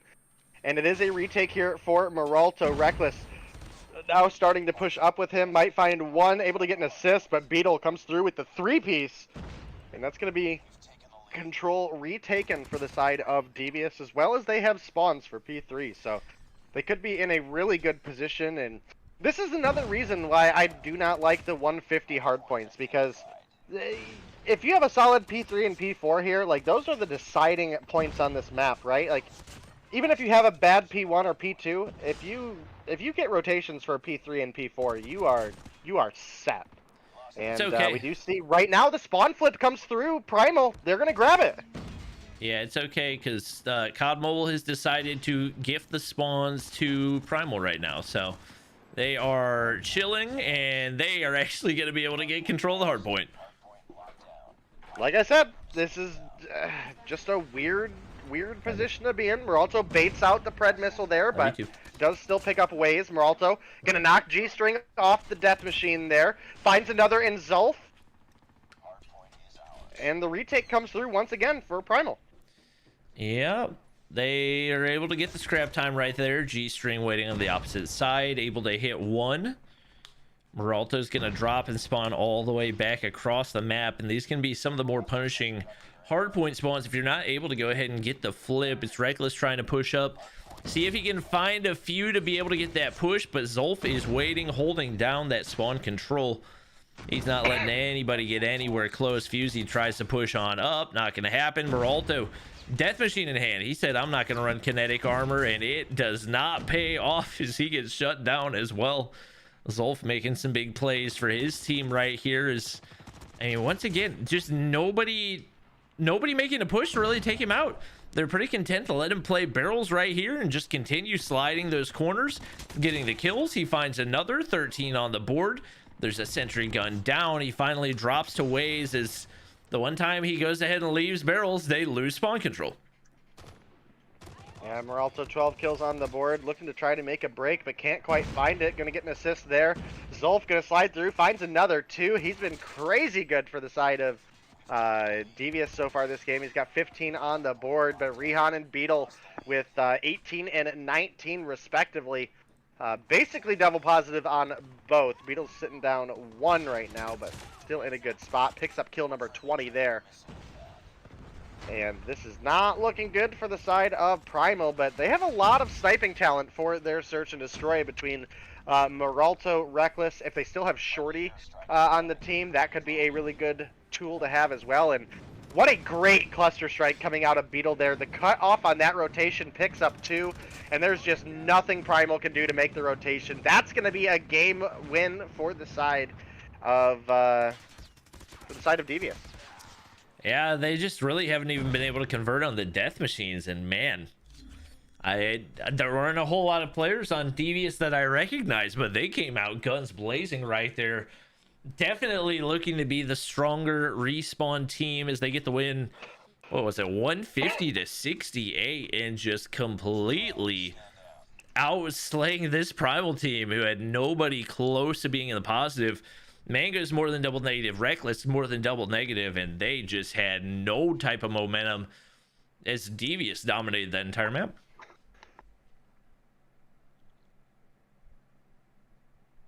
Yeah, Devious come through, doubling up and then some on Primal, but again, Primal, a actually really solid search and destroy team. They have some really good sniping talent in the likes of Reckless, iOS, and Meralto for this. Mangoes and Waze actually really solid slayers as well. I gotta say, I don't really know much about Fusey or whatever his name may be. Hopefully he'll let me know somewhere, but I will have to see. He was able to nearly top frag for the team in the hard point that they were struggling with. Only 1 kill behind Meralto. But, man, you look over at the opposition, Beetle and Rehan with 24 apiece is incredibly solid for them. Yep, like you mentioned, hopping into the search and destroy, obviously Meralto going to be one of those factors that you got to keep an eye out for. This is a very experienced sniper. Over on Devious, you got to keep an eye out for Rehan. He's a player that we saw have some really solid sniper performances, and then I feel like just dropped off for the entire second half of the Mobile Mayhem season. So with him there off the start for them, could be a nice building point, and especially with how well they've done up against a Primal team that has a lot of very recognizable players from the competitive scene. It looks like they're off to a pretty strong start right here.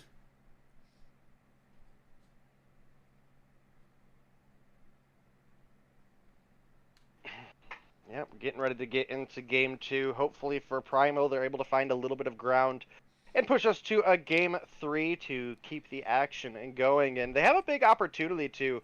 Hackney Yard is weirdly a decent sniper map. You've got some really big opening pick potential. You've got some good potential on picking off players trying to rotate from one side to the other. But as far as your actual like bomb sites, those are going to be ruled pretty heavily by things like your MX9, your Shorty, even your Holger to some extent. In fact, I was talking to Path. He casted with me, I think, on Thursday Tuesday. of last week. I think It's Thursday Tuesday. of last week. I think Maybe. Thursday was Path, and I think Tuesday I had Verdict with me. Okay. And Path was really mentioning that the due to the changes that the Holger has received the past couple updates, running like a 30-round AR or submachine gun style Holger, actually really solid for some of these close mid-range maps. So. All right. We'll see what these guys are going to bring out right here. Is thinking back to stage 4, the ones that really stuck out to me was the number of shorty fights on the inside of A that we would see. So we'll see if that ends up being the case again. G-String gets a hit marker top of that warehouse building, but not enough to get the kill. Ning and Zolf find a couple, and wow, Primal getting picked apart right now. Is 3 kills on the board already for Devious. Bomb's gonna go ahead and go down, and right now it's Zolf on the inside, and Meralto finally gonna find dirty. one, but immediately traded out. It's all on to Fusey. Or actually, I think somebody in chat said that it was Phasey. Honestly, how am I supposed to freaking know it could be any of the 5 vowels that exist in the alphabet? But he's gonna get picked off right there, and it is going to be Devious taking round 1. Maybe we should just call him Fuzzy until he fixes it. I'm just gonna call him Z. That's all you get until you change your username to something that I can actually read. Yeah, Meralto was looking for one on to G there. Oh no. Zolf able to find Mangoes. Waze takes quite a few bullets, drops to Ning as well. The 2 picks come through very quick for the side of Devious, and G and Zolf finding another kill. Reckless iOS now in a 1 versus 5. I was hyping Primal up for search, and it's just not coming to fruition as G comes through and picks up the final kill and puts 2 on the board for the side of Devious. Yeah, I'm just gonna go ahead and let you know chat's gonna be spamming because I forgot to change scenes for pretty much 1.5 of those rounds, but it's okay. You know what? You guys didn't really miss out on anything because I mean, the Primal's only gotten 1 kill so far, so you really missed out on pretty much nothing. Right now, Zolf is the king of Hackney Art, it seems, and just like that, it's actually going to be Primal doubling, tripling their kills. Meralto's going to find another one right there. Rehan in the top side, and Meralto still got that sniper in hand. The good old Locust trying to find another pick right here, and I think he had some information to play around that brick wall. Rehan peeks the corner, sees him right there, not going to be able to hit the first. He's got an opportunity. They're both backed up, and Zolf flies on through. They had no time to react right there, and that's going to be Devious with man advantage once again. Yeah, Devious looking like they might just walk away with the 2-0 victory. A little bit unfortunate. I really wish nothing but good things for Meralto. He's such a good guy, but unfortunately just team not coming together once again, and it's kind of hard to say what's not working here aside from the fact that they're just losing their gunfights pretty consistently, and that's a bit unfortunate. Zolf right now with 6 kills on the board. They have the 3 versus 2 advantage. Phasey is chasing down Beetle, but walks on into a losing gunfight, and as the refrag comes through, we have a player, Zolf, for the side of Devious, set up top, ready to get that refrag in the 3-0 lead, now in favor of Devious, who are looking to close this out in a quick 2-0 victory. Yep, it's I mean, I was really expecting more from Primal in this. I know they haven't been super consistent, but they are just not finding anything here. Maybe it'll change on the offensive side, but typically if you're gonna have a weakness, it's gonna be on the offense. So Mango's gonna be able to find one. I think he was using that MX9. It kind of looked like a cordite to me. How have neither of... I'm sorry, Meralto, like, I mean this in the nicest way, but you gotta be blind. That guy was in front of you for a solid 5 seconds, and he didn't see him right there. Maybe it was just bad timing, or his sniper was in the way or something. It's all onto Rihan to try to keep the full skunk going. Is right now Reckless in the top area. Rihan gonna see FaZe right there and finds the frag. He's actually gonna shoot the body, even though the round is not over. Maybe I don't know what that timing was on shooting the body right there, but Primal gonna be able to take the round, and they avoid the 6-0. Yeah, Primal needed that round desperately, but they need to continue to find success. And again, the way they've been handling their gunfights, I just don't have a lot of hope in them right now. Ooh, FaZe almost able to pick up one, but can't find the last bullet to connect on Beetle. But Zolf pushes through, and G comes through as well, and they walk into FaZe picking up a double kill. And what has been looking so rough for Primal might actually have an opportunity to go into the second half with a little bit of a cushion.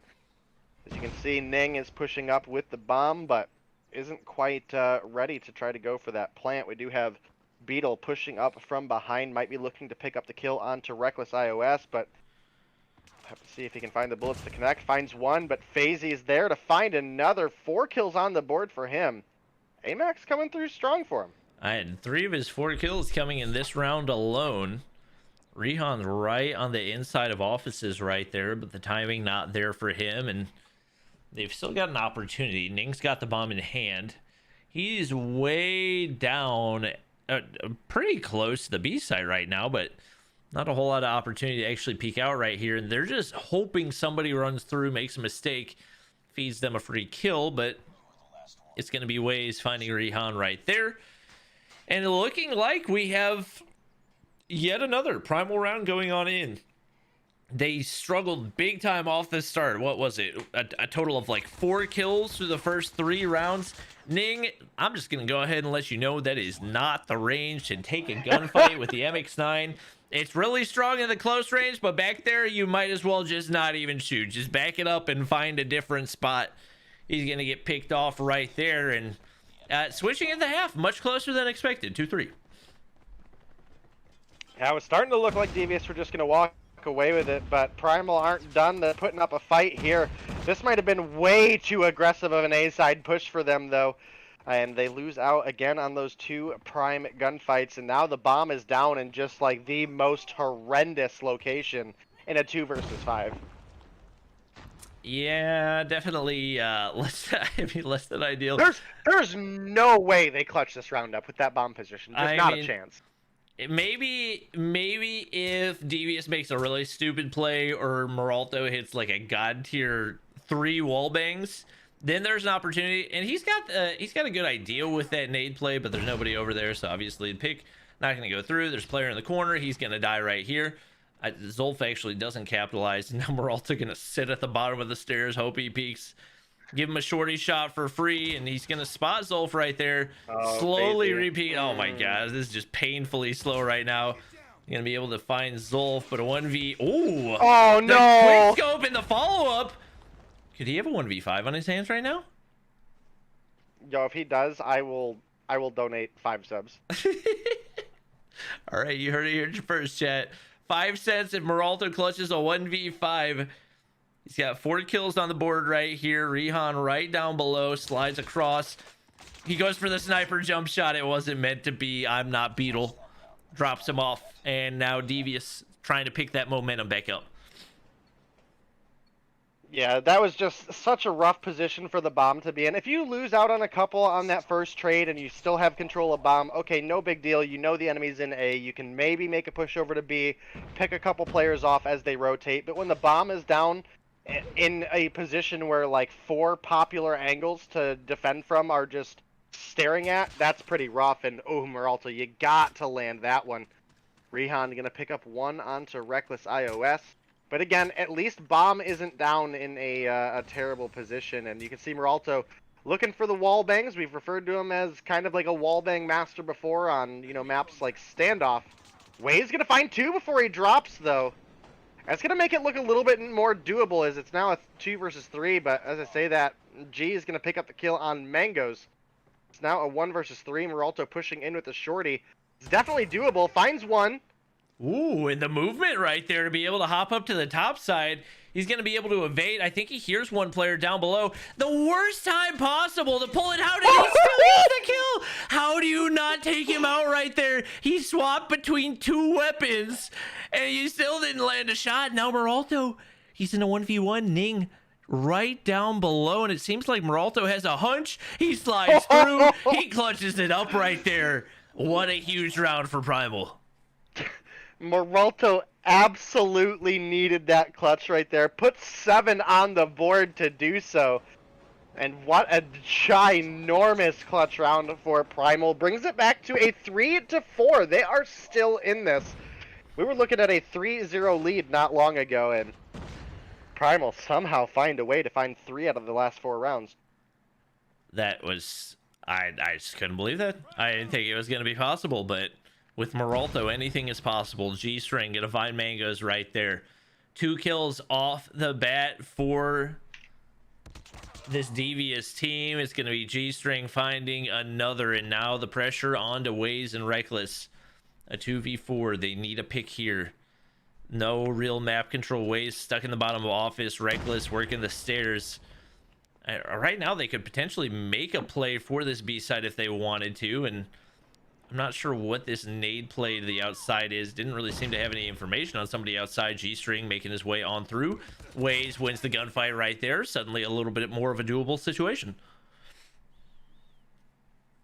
Yeah, definitely some possibility. A 2v3. We've seen them already clutch this situation up a couple times, but with Meralto down, you gotta wonder how possible it is for them. Waze has 6 on the board, so he's not doing bad, but definitely not the player we recognize for his talent as much as some of the others on his team. Definitely not a bad player, but he's yet to prove himself. And, you know, some of these early games in Mobile Mayhem might be an opportunity for him to do so, especially if they're able to come through and win this search and destroy.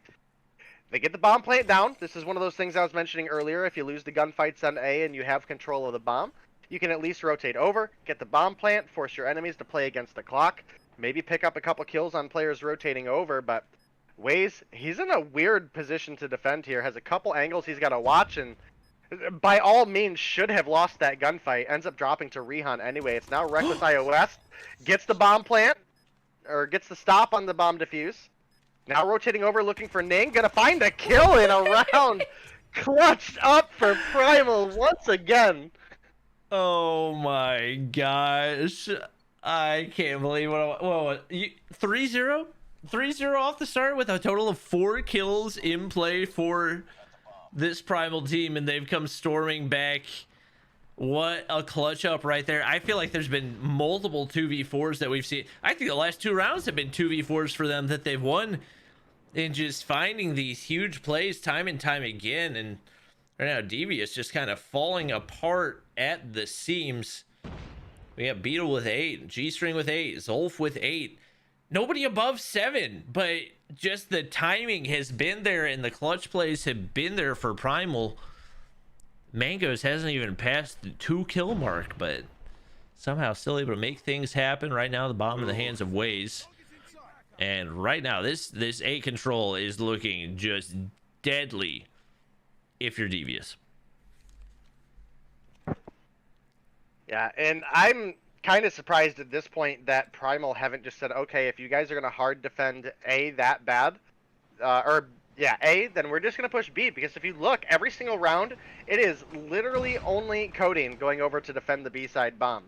So you push on up into that, you take an advantage. A 1-for-1 trade is better for your team because you know the enemy is so hard defending A that you've now got a bomb plant. They've got to find 4 kills in a defuse in 45 seconds, and it's going to be FaZe picking up the 1 kill there. This bomb should absolutely be planted right now. Reckless, or Waze, what are you doing, bro? It looks like he's finally going to go for it, but Zolf now has the angle to work with. Way too long. Yeah, that was a pretty sizable misplay. I was about to say, no shot we see another 1v4 right here, but wasn't meant to be on that one, and definitely a big misplay for Primal. It seemed like they were taking all the momentum, and maybe one mistime bomb plant could be what ends up catching up to them. Zulf made his way up into the double digits, and his team has a chance at closing this out. A little bit of a botch nade right there, maybe not getting quite as much utility out of it as they would like to, and now going to play a very long angle with an MX-9 in hand. A little bit, he's just struggling to make the hop up happen, right? He's trying so hard to get the hop up. His teammates going to be able to find one. Phasey able to get the trade right there, and now putting that pressure onto B. With a big kill on Zulf. That's actually huge. Going to be a 3v3. Yeah, Rihan able to find one. Beetle finds another. Coding with the kill on Phasey. It's now Mango's in a 1v2. Definitely a doable clutch, but not going to be an easy one here. Rotating on over. Runs right into Rihan. Oh, Rihan was like, I see that shorty coming a mile away. I am out. Oh, he Mango's. nearly had the angle. Maybe a 1 second difference, and he finds the two pieces. They were perfectly lined up. Bomb still down over by B, and G-String and Rihan backing all the way up right now. They said, we're just playing the top side. We don't care what you do. You can do whatever the frick you want to. G-String's just running around all over the place. He doesn't give a crap where he's going to be. Mango's going to be able to find one. He's got an opportunity for the 1v2. Rihan drops down. The COD timing! Oh, that is the definition of COD timing. And what looked to be an amazing comeback for Primal was just not meant to be. Wasn't in the stars. Devious and their first mobile Mayhem comes away with the 2-0 win. Oh man, that was just so incredibly unfortunate for the side of Primal. I mean, they put up a hell of a fight. Okay, they did pretty solid here in the Surge. They found some rounds that by no means they should have won, but definitely have to work on coordination. Definitely have to work on some decision making as far as the bomb goes, because all through qualifiers, I mean, that was one of the big things that we saw there. And now here we are in Mobile Mayhem. Devious, a team that had worked their way through the qualifiers to make it here. You've definitely got to see these players step up. So a 6-4, 2-0 win goes in favor of Devious, and that is going to be our last match of the night, as ARP were unable to field a roster here. All right. Well, we don't have the spawn tonight, right? Or we do? Or we don't? We do not, because I am... Yeah, you don't have office. Yeah. Yeah, and I don't think Zim has stream capability for tonight. Okay. So no spawn tonight. All right. Well, I should have my new window tomorrow, so I Awesome. won't have to worry about my computer getting rained on. I can get it back in here. We'll be good to go for next week. Well, thank you everybody for watching the return of Mobile Mayhem. I'm super excited for this season. I know Day is as well. Even though we didn't even get to watch one of our best matchups of the night, we still had two fantastic matchups that were a blast to watch. And I'm excited to watch the way the rest of the season is going to shape up. I've got a feeling each of these teams is going to have some ups and downs, and hopefully some opportunities to learn from some of their mistakes. But that's going to be it for the stream. Make sure to show some love to whoever we end up rating. Remind them to use code BOB for G Fuel at checkout. That's going to be it for the stream. Thank you guys for watching. Hope you enjoyed. Like, subscribe, follow.